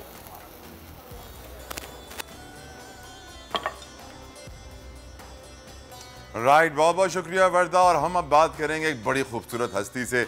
मेरे मुर्शिद के बाद हाफिज गुलाम मोहम्मद सोहो अलमारूफ बाबा साईं दावत बरकात हम के बाद मेरी सबसे पसंदीदा हस्ती दीन इस्लाम में है इस वक्त जो मेरे साथ बैठे हैं मुफ्ती मोहम्मद हनीफ कुरैशी साहब। कुरैशी साहब बहुत बहुत शुक्रिया आपका, आपने अपना कीमती वक्त में दिया। सवाल बड़ा मुश्किल सा है। जब नबी करीम सल्लल्लाहु ताला अलैहि वसल्लम से पूछा गया कि मोमिन की भी दाढ़ी है, मुनाफिक की भी दाढ़ी है, मोमिन के भी नमाज का निशान है, मुनाफिक की भी नमाज का निशान है, उसके भी 5 से ऊपर है, उसके भी 5 से ऊपर है, तो आका सल्लल्लाहु अलैहि वसल्लम ने फरमाया अली अलैहिस्सलाम, मोमिन तुमसे बुग़्ज़ रख नहीं सकता, मुनाफिक तुमसे प्यार कर नहीं सकता। तो इस घर की गुलामी अपने दीन की हिफाजत के लिए कितनी ज़रूरी है? बिस्मिल्लाह वस्सलातु वस्सलामु अला रसूलिल्लाह। हम मुसलमान हैं और मुसलमान अपने तमाम उमूर के अंदर अल्लाह और उसके रसूल के अहकामात का पाबंद है। अल्लाह और उसके रसूल की चाहत के अंदर इसकी चाहत होगी तो ये मोमिन है, और अल्लाह और उसके रसूल की चाहत से हट कर ये कुछ और चाहेगा तो ये मोमिन नहीं हो सकता। अल्लाह और उसका रसूल हमारे लिए बेहतर जानते हैं कि हमारी रूह के लिए क्या चीज़ ज़रूरी है, हमारे जिस्म के लिए क्या चीज़ ज़रूरी है, हमारी आन बान शान के लिए। लिहाजा अल्लाह और उसका रसूल हमारे लिए खैर और हमेशा भलाई चाहते हैं। लिहाजा हमें आंखें बंद करके अल्लाह और उसके रसूल की बात को मानना है और आंखें बंद करके उनकी हर बात पर अमल करना है। अब हमने ये देखना है कि अल्लाह और उसका रसूल, चूँकि अल्लाह और उसका रसूल, चूँकि रसूल की बात अल्लाह की बात है, अलग थलग नहीं है। अलग थलग। मैं उस दिन एक चीज़ ये कह भी रहा था कि ज़ातें दो हैं लेकिन बहुत सारी चीज़ों में अहकाम एक हैं। मसलन नबी का जिक्र, अल्लाह का जिक्र, नबी की दुश्मनी, अल्लाह की दुश्मनी, नबी से प्यार, अल्लाह से प्यार, नबी का जिक्र, अल्लाह का जिक्र, नबी की इताअत, अल्लाह की इताअत, नबी का घर, अल्लाह का घर, नबी का दर, अल्लाह का दर, नबी की अता, अल्लाह की अता। अब ये अलग नहीं है। लिहाजा जब हम कहें कि अल्लाह का रसूल हमारे लिए क्या पसंद है, वो ये मतलब है कि अल्लाह हमारे लिए क्या चाहता है। तो अल्लाह के रसूल सल्लल्लाहु अलैहि वसल्लम ने हमारे लिए आले बैत अतार की मोहब्बत को फ़र्ज किया है और ज़ुबान हुजूर किए हुक्म खुदा वादउला शरीक का है। कुरान मजीद में अल्लाह ताला खुद फरमाते हैं कुल ला असलुकुम अलैहि अजरन इल्लल मवद्दत फिल कुर्बा। आप इनसे कहें कि मैं तुमसे अपने इस किए पर जो कुछ करम नवाजियाँ मैंने की इस पर कोई अजर नहीं मांगता सिवाय अपने कराबतदारों की मवद्दत के। अब ये किस सेंस में इसकी हैसियत इस कौल की या इसका अंदाज क्या है, ये आले लुगत आले ज़ुबान बेहतर जानते हैं। लिहाजा जब साहबा ने नमाज में ये आयत पढ़ी, दौड़े दौड़े बारगाह रिसालत में हाजिर हुए, मन हाउलाज़ीन कद वजबत अलैना मवद्दतुम या रसूलल्लाह, या रसूलल्लाह ये कौन से लोग हैं कि जिनका प्यार आज कुरान ने हम पे फ़र्ज कर दिया है। फ़क़ाल नबी सल्लल्लाहु अलैहि वसल्लम अली व फ़ातिमा व हसन व हुसैन, कि अली फ़ातिमा हसन और हुसैन है, मौला कायनात अली मुर्तज़ा हों या अहले बैत अतहार हों, उनका प्यार हज़रत अबू बकर सिद्दीक़ से लेकर सुबह क़यामत तक आने वाले हर फ़र्द मोमिन पर, हर फ़र्द मुसलमान पर, हर ईमान वाली हस्ती पर फ़र्ज़ है। यानी इसके बग़ैर निजात नहीं है, इसके बग़ैर कामयाबी मुतसव्वर ही नहीं है। यही वजह है कि हज़रत उमर फ़ारूक रज़ी अल्लाह ताला अन्हु जैसा बंदा कि जिनका जलाल और जिनकी अज़मत और सितवत वो एक मुबैना चीज़ है और जिसे कहते हैं वाज़े, ये मुबैन बयान वाज़े चीज़ है। हज़रत सैयदना हुसैन रज़ी अल्लाह ताला अन्हु आकर जब कहते हैं उतरो मेरे बाबा के मिंबर से, ओ भाई मुझे आज ना आपका कोई बंदा आकर कह दे मुझे मिंबर से, बल्कि कोई बड़ा अफसर ही आकर कह दे उतरो भाई मौलवी साहब मिंबर से, तो मैं भी कहूँगा यार तू कौन होते जो मुझे मिंबर पे उतारने वाला। तो 22 लाख मुरब्बा मील की रियासत का हुक्मरान मिंबर पे खुतबा दे रहा है, जुम्मे का दिन है, बज़्म असहाब है, और एक शहजादा नन्ना बच्चा खड़ा होकर कहता है कि उतरे, और वो न कहता है कि बैठ जाओ, कौन है, किधर से आ गया ये बच्चा, बिठाओ दो इसे। अल्लाह अकबर। सर नीचे उतर के, सर झुका के, इमाम उतार के यूं करके कहते हैं इन्नमा अंबतल्लाहु फी रूसिना व अंतुम आले बैत, ये उमर के सर पे जो इज्जत के बाल हैं ये अल्लाह ने उगाए हैं, ये तुम आले मोहम्मद ने उगाए। सुभान अल्लाह। फिर दूसरी रिवायत में आता है कि हजरत उमर फारूक रज़ियल्लाहु अन्हु ने फरमाया कि हुसैन उमर क्या था, आप रो पड़े। आपने फरमाया कि उमर तो ऊंट चराने जाता था और उसको ऊंट चराने भी नहीं आते थे और उस वापस आता था बाप से मार खाता था। ये तुम्हारे बाबा हैं जिन्होंने हमें ये सब कुछ अल्लाह की तौहीद और इस्लाम का नूर हमें अता किए, हमारे पास क्या है। ये असहाबे रसूल का जो अंदाज है ये हमारे, देखें हज़रत अबू बकर सिद्दीक़ दरवाज़ा सईदा ज़हरा पे जाकर खड़े और जाकर हज़रत मौला मुर्तज़ा देखते हैं कि आप खड़े हो, जाकर फरमाते हैं कि ज़हरा आपको मालूम है कि हज़रत अबू बकर अमीरुल मोमिनीन तशरीफ़ लाएँ और वो आपसे बात करना चाहते हैं। अब ज़रा गौर करें, धूप में खड़े हैं और बात जो कही वो देखें ज़रा सियाक के अंदर क्या है। जाकर अपनी मोहब्बतों का इजहार किया, फरमाया कि ए ज़हरा पाक, खुदा की इज्जत की कसम, बुखारी और मुस्लिम के अंदर मौजूद है कि इस कायनात के अंदर अबू बकर सिद्दीक को रसूलुल्लाह की आले बैत से आगे कोई नहीं है। मैं सवाल पूछना, हजरत उमर फारूक, हजरत सईदा फातिमा ज़हरा पाक सलामुल्लाह तआला अलैहा आपकी पास तशरीफ लाते हैं और फरमाते हैं कि ए ज़हरा, ए फातिमा, खुदा की इज्जत, कसमें उठा रहे हैं, ए फातिमा अल्लाह की कसम है कि रसूल खुदा को मैंने आपसे बढ़कर किसी से प्यार करता नहीं देखा, और रसूल खुदा के बाद इस पूरी कायनात में उमर की निगाह में अजीज तर और अजीम तर आपकी हस्ती से ज्यादा कोई भी नहीं है। हजरत उमर, ये कई मुहद्दिसीन ने जिक्र किया, हजरत फारूक आज़म रज़ियल्लाहु तआला अन्हु के पास कुछ लोग आए और आकर कहने लगे कि हमने महसूस किया है कि सनात अली बेअलियन शयअन मा तस्नाउ बे अहद मिन असहाब रसूलिल्लाह, जो आप अली के साथ सलूक करते हैं, जो उसकी इज्जत, जो उसकी तकरीम, जो मोहब्बत का लहजा है, आपको और किसी के साथ ऐसा नहीं है। सहाबा तो और भी हैं, ये गिल्ला है, ये शिकवा है बारगाह फारूक आज़म के अंदर।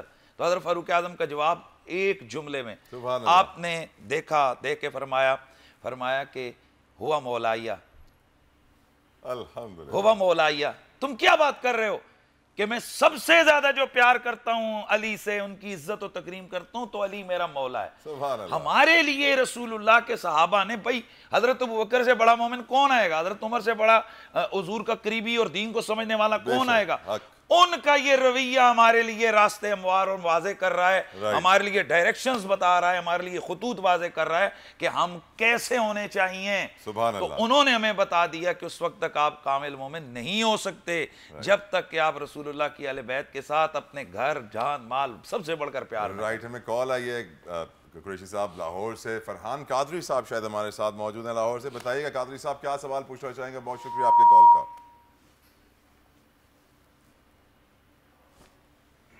राइट, लाइन ड्रॉप हो गई है।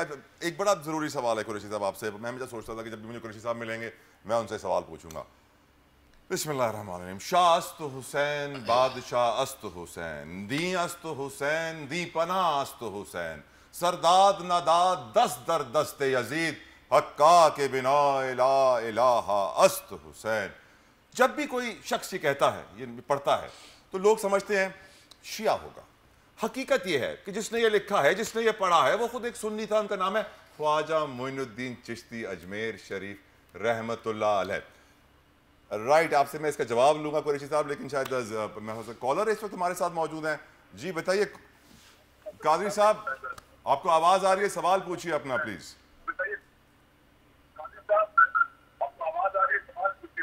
जी बिस्मिल्लाह, बिस्मिल्लाह जनाब। अस्सलाम वालेकुम। वालेकुम अस्सलाम व रहमतुल्लाहि व बरकातहू। जी फरहान साहब, जल्दी जल्दी, वक्त कम, मुकाबला सख्त। टेलीविजन की आवाज बंद कर, टेलीविजन की आवाज बंद कर दीजिए कादरी साहब। मुफ्ती साहब से मेरा सवाल है कि मेरा सवाल है मुफ्ती साहब से कि ये मुल्क के बारे में जो है ना खुसूसी तौर पे आए दुआ जरूर फरमाएं जो हालात हुए मैंने पाकिस्तान के। ठीक है फरहान कादरी साहब, ठीक है, बहुत बहुत शुक्रिया। मोहम्मद फरहान कादरी साहब की गुजारिश थी कि आप मुल्क के सियासी हालात को मद्देनजर रखते हुए दुआ जरूर कराइएगा। अब मेरे सवाल का जवाब दीजिए कुरैशी साहब कि जब भी हम कहते हैं शाह हुसैन, बादशाह हुसैन, लोग कहते हैं भाई ये शिया होगा, जबकि हकीकत ये है कि इसको पढ़ने वाला, लिखने वाला खुद एक सुन्नी था। क्यों है हमारे मुआशरे में ये डिफरेंस? देखें, बुनियादी तौर पर ये हमारे आज का नहीं, ये तारीख़ का सितम है। आप बहुत पीछे चले जाएं, बहुत पीछे चले जाएं और बहुत ही पीछे चले जाएं। हज़रत अबू तुफ़ैल आमिर बिन वासिला रसूलुल्लाह के सहाबी हैं। और मैं ये भी आपको बता दूं कि हर सहाबी के एक अपना अपना मिजाज है, हर शख्स का अपना मिजाज है। देखें, आपको अपने घर में वालदाएँ, वालिद हैं, भाई हैं, बहनें, आपको एक के साथ कुछ ज़्यादा लगा होगा, बेशक, ऐसा है कि नहीं? बिल्कुल है। इसी तरह अगर एक स्कूल के अंदर 10 टीचर हैं और 10 सबक स्टूडेंट्स उनसे पढ़ते हैं, तो उनमें से एक आध दो के साथ, किसी का किसके साथ, किसी का किसके साथ लगा होगा। इसी तरह रसूलुल्लाह के सहाबा जो वाजिब मोहब्बत थी आले बैत के साथ, वो सारे करते थे। ये मेरा लफ्ज ज़हन में रखें, सुभान अल्लाह। जो वाजिब मोहब्बत थी वो सब करते थे, उसमें रब्बे काबा की कसम है एक जर्रा बराबर भी फर्क नहीं था। और अगर फर्क हो तो वो शख्स भी नहीं रह सकता कि जो रसूल खुदा सरवर अंबिया और उनकी ज़ात और उनकी आले बैत के हवाले से हुकूक कोई पासदारी न करे। ये एक हमारे अहले सुन्नत क्या मुसलमा मसला है।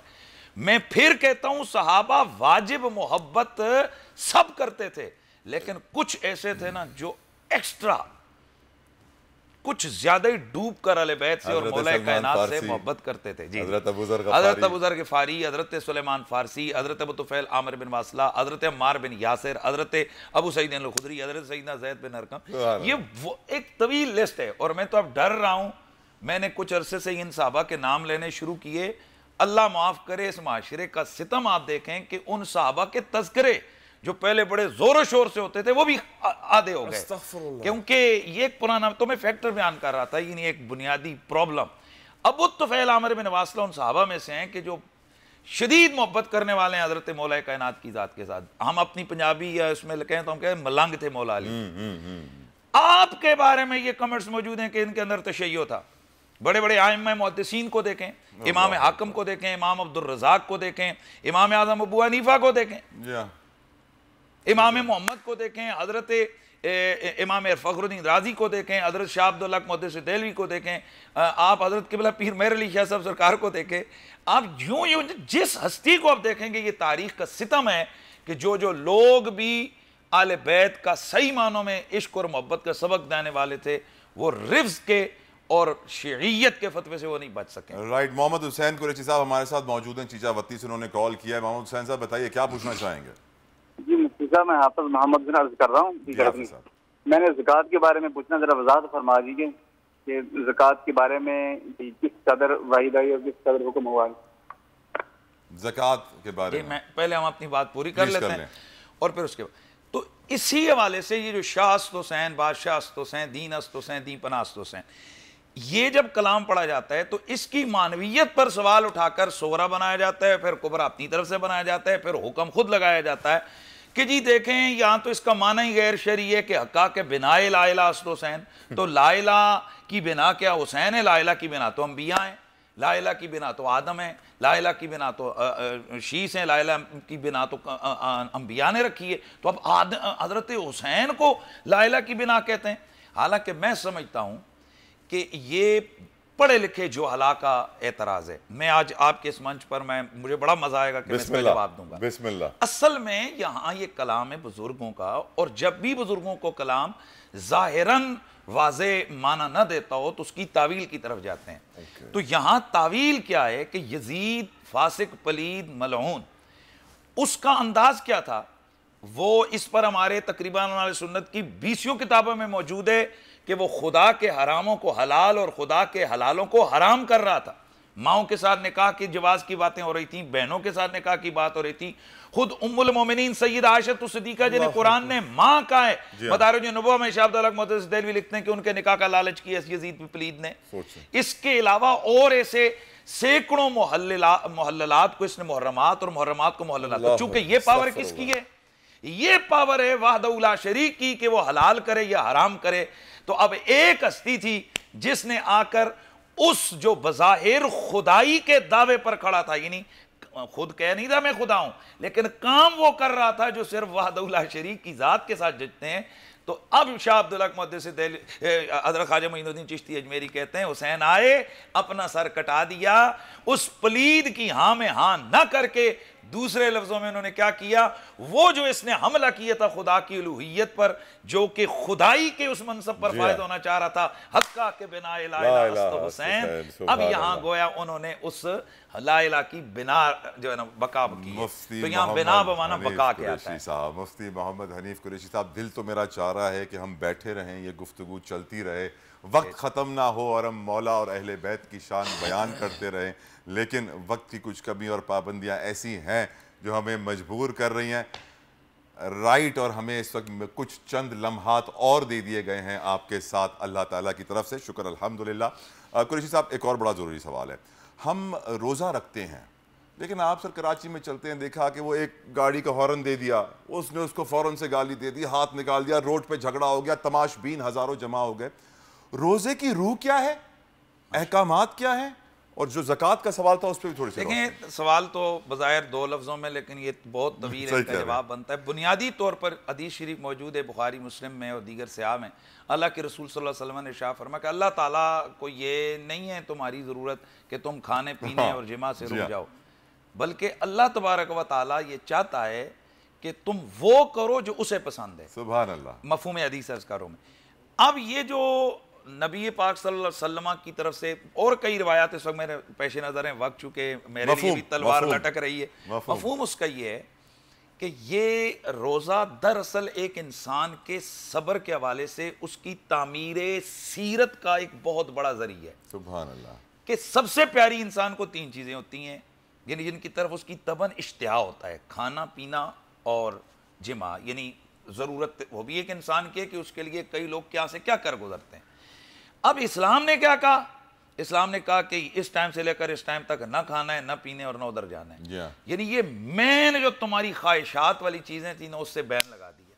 फिर इसके लिए, इसके दिल को मजबूत करने के लिए अल्लाह के रसूल के हक़म आता है। अब ठंडा पानी सामने है, माशाल्लाह बैठ रहे हैं, लेकिन हम उसके बावजूद हम खा पी नहीं रहे। तो अब असल चीज़ ये है कि हमने सिर्फ रोज़ा खा पी कर वो नहीं है, हमारी तरबियत ये हो कि हमने गाली से भी रुकना है, लड़ाई से भी रुकना है, झगड़े से भी रुकना है, हर उल्टे काम से रुकना है जो अल्लाह रसूल को नापसंद हो। आमीन आमीन। और काश हम अपने आप को रोकने में कामयाब हो जाएं। बहुत बहुत शुक्रिया कुरैशी साहब, अल्लाह आपको खुश किसमें निकालें प्लेट राजी रहें मौला, आप पे हमेशा अपनी नज़र रखें। वापस चलते हैं अब डालडा के किचन के जानिब, जहाँ वर्दा और सुमैया कुछ पका रही हैं और कोई न्यूट्रिशनिस्ट भी उनके साथ हैं। मैं पूछना चाहूँगा उनसे कि रोज़ रोज़ जो इफ्तारी में ये फ्राई आइटम खाए जा रहे हैं, इससे मैदे का हाल क्या होगा? पूरा दिन आप भूखे रहते हैं और फिर आप एकदम से फ्राइड रोल, समोसे, अजीब गरीब चीज़ें खा लेते हैं, तो इससे पेट और हाजमे का क्या सूरत हाल होगी? इस पर रोशनी डालिएगा।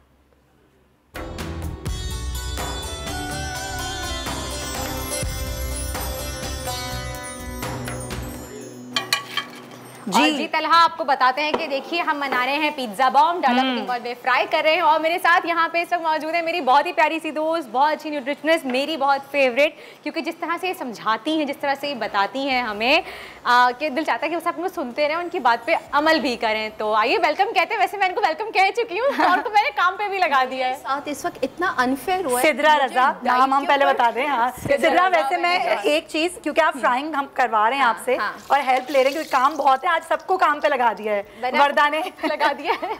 मजे की बात है, जिस चीज को मैं हम लोग प्रमोट नहीं करते, मुझे डायरेक्ट फ्राइंग में लगा दिया। और अभी वही सवाल, अच्छा अभी जो तलहा ने सवाल किया है, कुकिंग में फ्राई कर रहे हैं, तलहा ने जो सवाल किया है, व्यूअर्स का भी वही सवाल है, मेरा भी वही सवाल है कि हम क्या करें। क्योंकि अभी मैं बात कर रही थी वर्दा से कि जब हम गोल सेट करते हैं कि इस रमजान में हमने कोई फ्राइंग आइटम नहीं खाना, लेकिन उसके बाद हमसे रहा नहीं जाता, हम क्या करें फिर? किस तरह अपनी इस क्रेविंग को ठीक करें? अगर मैं आपको थोड़ी सी बात बताऊं, लेट्स टॉक अबाउट पकौड़ा। अभी आप लोग ब्रेक में, पिछले ब्रेक में बात कर रहे थे ना पकौड़ा की। एक पकौड़ा आपको लगभग 60 कैलोरीज दे रहा है। ओके। अब ये है कि हम ह्यूमन बीइंग्स हैं, जाहिर है हमारी इस तरफ इंक्लिनेशन होगी, तो हम ये कहते हैं कि अगर आप 1 से 2 पकौड़ा तक अपने आप को फिक्स रखें, दैट इज़ ओके। ये जो हम अनगिनत खाते चले जाते हैं, then the 60 figure multiply by the number of servings, ठीक है। इसी तरह समोसे से मैं कभी मना नहीं करती, मैं रोल से मना नहीं करती, मैं ये कहती हूँ कि बाहर की बजाय वो घर के बनाएं।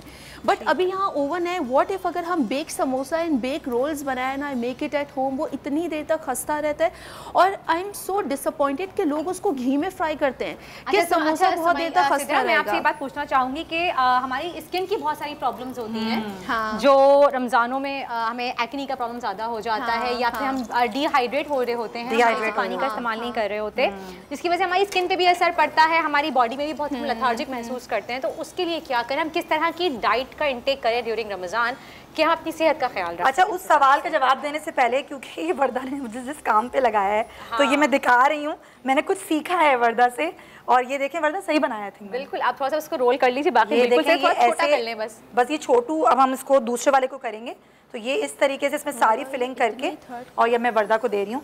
अच्छा वर्दा, जैसे जाते हैं हम अभी इनकी जानिब सवाल के, लेकिन मुझे बताएं, नहीं करना हो किसी को इतना ज्यादा काम, तो फिर वो क्या करे? डो नहीं करनी, टाइम नहीं है, गेस्ट आने वाले हैं, तो क्या ऑप्शन? अच्छा, तो फिर यही चीज़ आप ब्रेड में भी बना सकते हैं, लेकिन थोड़ा उसमें टेस्ट में फ़र्क आएगा, उसकी प्रेजेंटेशन में भी थोड़ा सा फ़र्क आएगा, क्योंकि ब्रेड से उसमें वो चीज़ नहीं आएगी जो एक डो की सॉफ्टनेस आती है, और फिर उसके अंदर से जो आपकी चीज़ की फिलिंग, जो प्रॉपर पिज्ज़ा वाला लुक है, वो नहीं आएगा। वो फिर आपका वेट लॉस का हुआ कबाड़ा।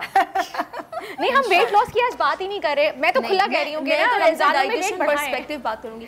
ऐसे आपस की बात है, इस रेसिपी में कॉर्न्स भी डल सकते हैं, like add reasons to you know find reasons to add vegetable. आप इसमें मशरूम्स ऐड कर सकते हैं, you can add carrots, you can add boiled peas, so that you know आप इसमें कितनी वैरायटी डाल सकते हैं। आप मुझे डाइट प्लान मेरे साथ शेयर कीजिए कि हम रमजान में किस तरह से अपने आप को हाइड्रेट रख सकते हैं कि हम पानी बिल्कुल नहीं पी सकते। देखो हाइड्रेशन का ना दो चीज़ें हैं। फर्स्ट ऑफ ऑल आपका जो सहरी का टाइम है उसमें आपका योगर्ट बेस कोई ना कोई चीज़ होनी चाहिए, या दही या लस्सी या दूध की बनी हुई कोई ना कोई चीज़ हो, वो आपको अच्छा हाइड्रेट रखेगी। सही। दूसरी बात ये कि अगर आपने सहरी में ज़्यादा मसाले वाली या सिर्फ मुरगन चीज़ से सहरी की, या आपने बहुत ज़्यादा नमकीन चीज़ का इस्तेमाल किया, तो आपको प्यास ज़्यादा लगेगी, आपको पूरा दिन का एहसास ज़्यादा होगा। तो सिद्रा आप बताएं कि आप क्या प्रेफर करेंगी, सहरी में ज़्यादा क्या लेना चाहिए? Let's suppose you can have सब्जी का omelette, okay, instead of plain omelette, okay, या आप शामी कबाब ले सकते हैं, ठीक है, एक अच्छा ऑप्शन है।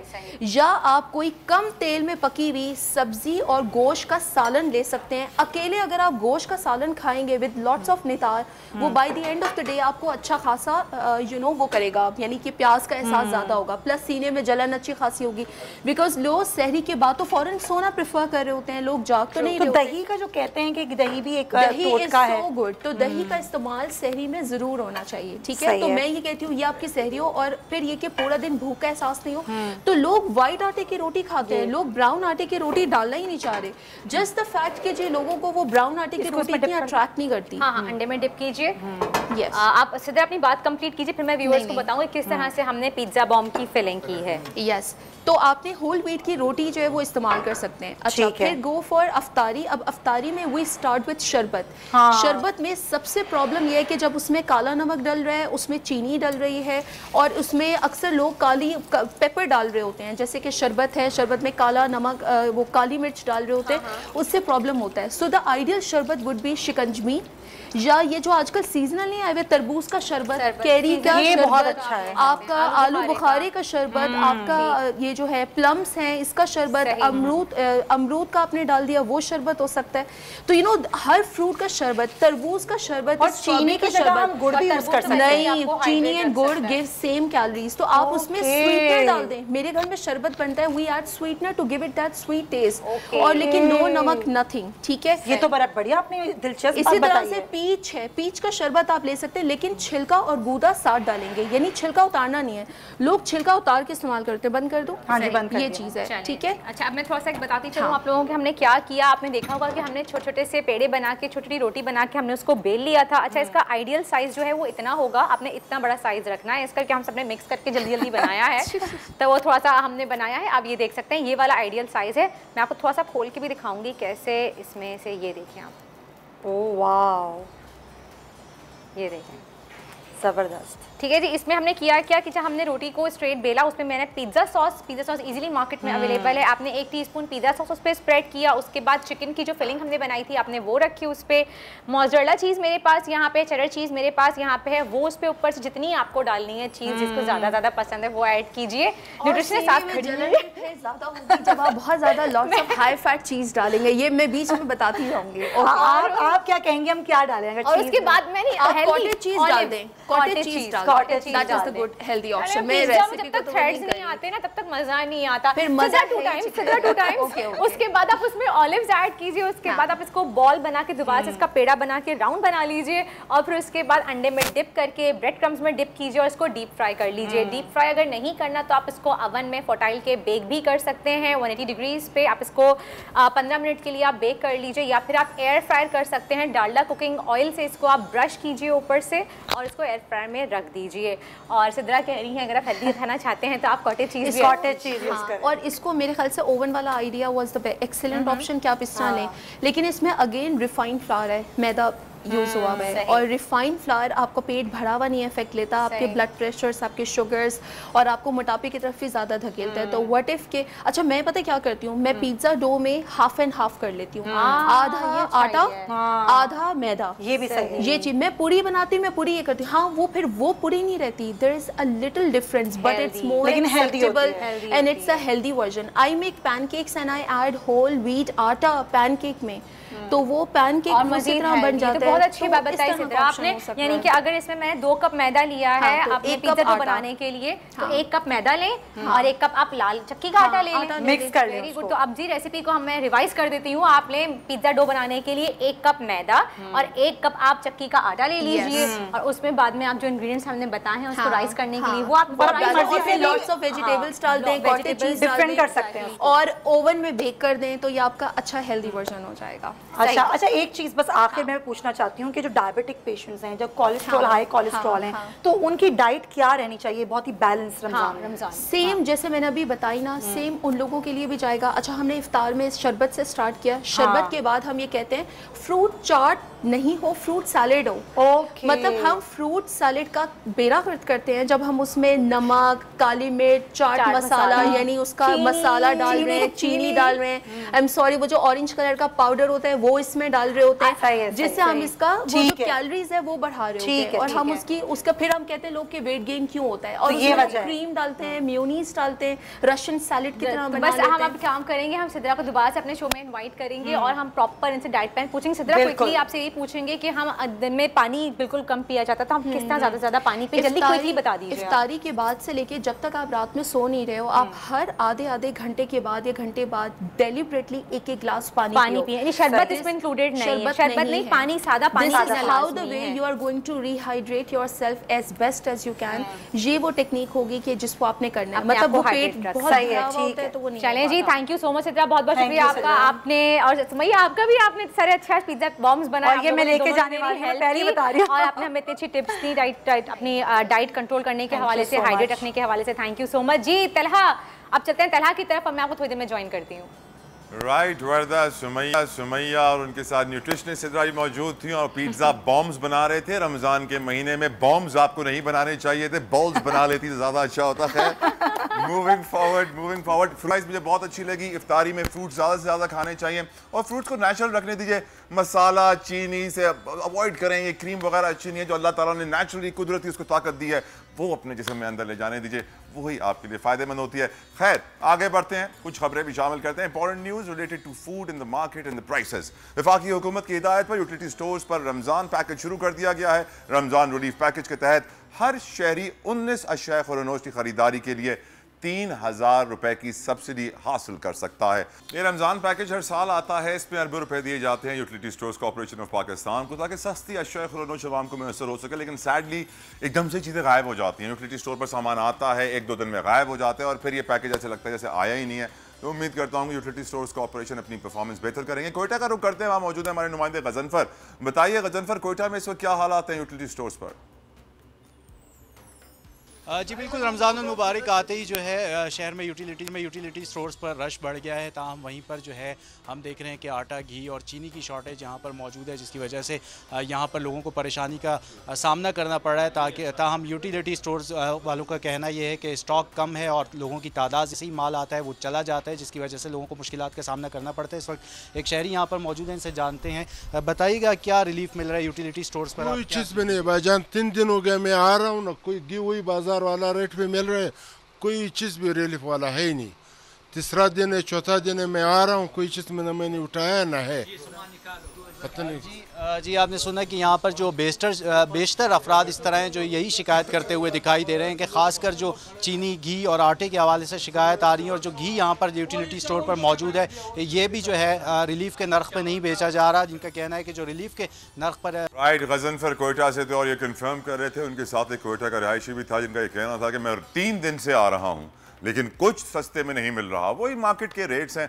अगेन जो मेरा पहला वाला पॉइंट था कि हुकूमत ऐलान कर देती है, पैसे जारी हो जाते हैं, यूटिलिटी स्टोर्स कॉर्पोरेशन की परफॉर्मेंस के पर एक बहुत बड़ा क्वेश्चन मार्क है कि वो क्या कर रहे हैं। मैं तो चाहूंगा कि उनके जो चेयरमैन हैं, जो सीईओ हैं, जो आला ओहदेदार हैं, वो हमारे शो पर आए, बताएं वो क्या कर रहे हैं, क्योंकि अब तक यूटिलिटी स्टोर्स कॉर्पोरेशन की performance is pathetic, ridiculous. I hope they'll improve their performance, क्योंकि आवाम को रिलीफ ना मिले, गवर्नमेंट की तरफ से अनाउंस हो जाए और कोयटा में आपने देखा वो कह रहे हैं कोई चीज सस्ती है ही नहीं, मार्केट रेट पे चीजें बिक्री होती हैं, फिर ये सब्सिडी जाती कहाँ है, किसकी जेब में जाती है, कौन खाता है, कहाँ लेके जाता है, जानने की कोशिश करेंगे, लेकिन फिलहाल हमें नहीं मालूम है। अल्लाह करे हमें मालूम पड़ जाए कि आखिर इस करप्शन के पीछे कौन है। रुक करेंगे अब हम लाहौर का। लाहौर में मौजूद है हमारे नुमाइंदे पेशावर में नोमान मोहम्मद नुमान हमारे नुमाइंदे मौजूद हैं। और पेशावर में मुखैर हजरात दिल खोल कर इफ्तारी कराते हैं, रोज़ इफ्तारी कराते हैं, हज़ारों लोगों को कराते हैं। कैसे कराते हैं बताइए नोमान। जी बिल्कुल, पेशावर की कोई भी बड़ी मस्जिद हो या कोई भी अहम मकाम, वहाँ पर हम देखते हैं कि रमज़ान में मुखैर हजरात की जानिब से अफ्तार का इंतज़ाम किया जाता है और इसमें ख़ास तौर पर मजदूर तबका खुश से वहाँ पर अफ्तारी करते हैं, से उनकी दुआएं निकलती है जो कि मुखैर हजरात को पहुँचती हैं। इसके साथ साथ हम पेशावर के मुख्तलिफ बाज़ारों में ये भी देखते हैं कि अफ्तार से थोड़ी देर कबल जो बाज़ारों की रौनकें हैं वो बढ़ जाती हैं। मुख्तलिफ किस्म के स्टॉल्स जगह जगह पर सज जाते हैं, जहाँ पर ख़ास तौर पर चटपटी अशिया लोग ज़ोरदार तरीके से ख़रीदते हैं। काफ़ी उसमें उनकी दिलचस्पी होती है। मुख्तलिफ़ किस्म की चटनियाँ हो गई, इसके अलावा दही बल्ले हो गए, पकोड़े हो गए, रोल्स हो गए। यहाँ पर हम दलजाक रोड पर मौजूद हैं और मेरे अकब में भी आप देख सकते होंगे जो रश नज़र आ रही है ये मुख्तलिफ स्टॉल्स पर है, जो लोग यहाँ पर ख़रीदारी कर रहे हैं। अब भी अफ्तार में थोड़ा ही वक्त बाकी रह गया और हम देख रहे हैं कि इसके साथ साथ जो लोगों का रश है वो बढ़ रहा है और जो ख़रीदारी है उसमें तेज़ी देखने में आ रही है। खरीदारी देखने में आ रही है और बड़ी तादाद में इफ्तार कराई जा रही है। बहुत बहुत शुक्रिया। पेशावर से हमारे नुमाइंदे नुमान हमें अपडेट कर रहे थे। स्टूडियो में वर्दा में मुझे ज्वाइन कर लिया है। इससे पहले कि हम तारीख़ इस्लाम पे बात करें और नबी करीम सल्लल्लाहु अलैहि वसल्लम की सीरत के ऊपर थोड़ी सी रोशनी डालें, वर्दा से मैं एक सवाल पूछना चाहूँगा। क्या होता है कि जब भी रमज़ान आता है तो डिजिटल स्पेस के ऊपर, डिजिटल मीडिया के ऊपर, लोकल टेलीविज़न के ऊपर सबसे ज़्यादा चीज़ देखी जाती है वो खाने पीने के प्रोग्राम्स हैं, खाने पीने की चीज़ें हैं। रोज़े में हमें खाने पीने से दूर होना है, अपने दीन से करीब आना है। क्या वजह है वर्दा कि हम ये देखते हैं कि हर कोई इफ्तारी से 2 घंटे पहले मार्केट में शॉपिंग करने चला जाता है, यानी उसने रोल भी खरीदने हैं, समोसे भी खरीदने हैं, चाट। ये चाट कैसी है? मतलब आपको भूख लग रही है और आप खाने की खरीदारी करते रहेंगे और हवस में ज्यादा चीजें ले जाएंगे चाहे घर पे जाके वेस्ट हो जाए, और साथ साथ टीवी ऑन करेंगे, फेसबुक खोलेंगे तो हमेशा आप खाने पीने की चीजें देखेंगे। क्यों वर्दा? क्यों वर्दा, क्या मतलब है? अभी जैसे कि खाने पीने का देखें, पहली बात तो you're a chef, you should know better. Exactly, definitely, I'm gonna answer you about this. देखिए, पहली बात तो ये कि मैं ये बात हमेशा भी कहती हूँ और हम सबको पता है कि जब माह रमज़ान आता है तो उसमें हमें सब्र का हमारे इम्तिहान होता है कि हमें अपनी नफ्स पे काबू करना है, खाने पीने से अपने आप को रोकना है। लेकिन चूँकि रमज़ान का महीना साल में एक ही बार आता है और जो पकोड़े, समोसे, दही बड़े आप भले से सारा साल खाएं, लेकिन जो इफ्तार में खाने में उनको मज़ा आता है ना, ये बात तो आप भी एग्री करेंगे तला, वो मज़ा आम दिनों में नहीं आता। हाँ कि ना? हाँ कि ना?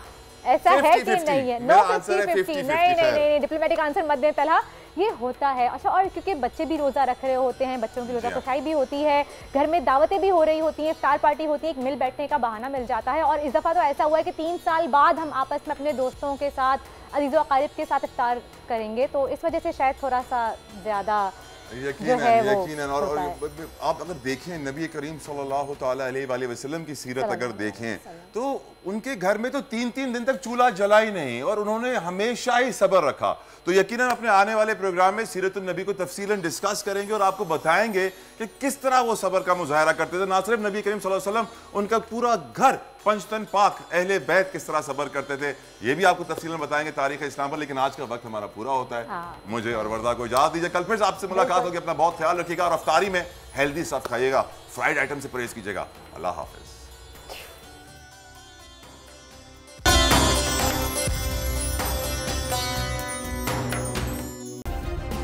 सब्सक्राइब करें और बेल दबाएं ताकि कोई खबर रह न जाए।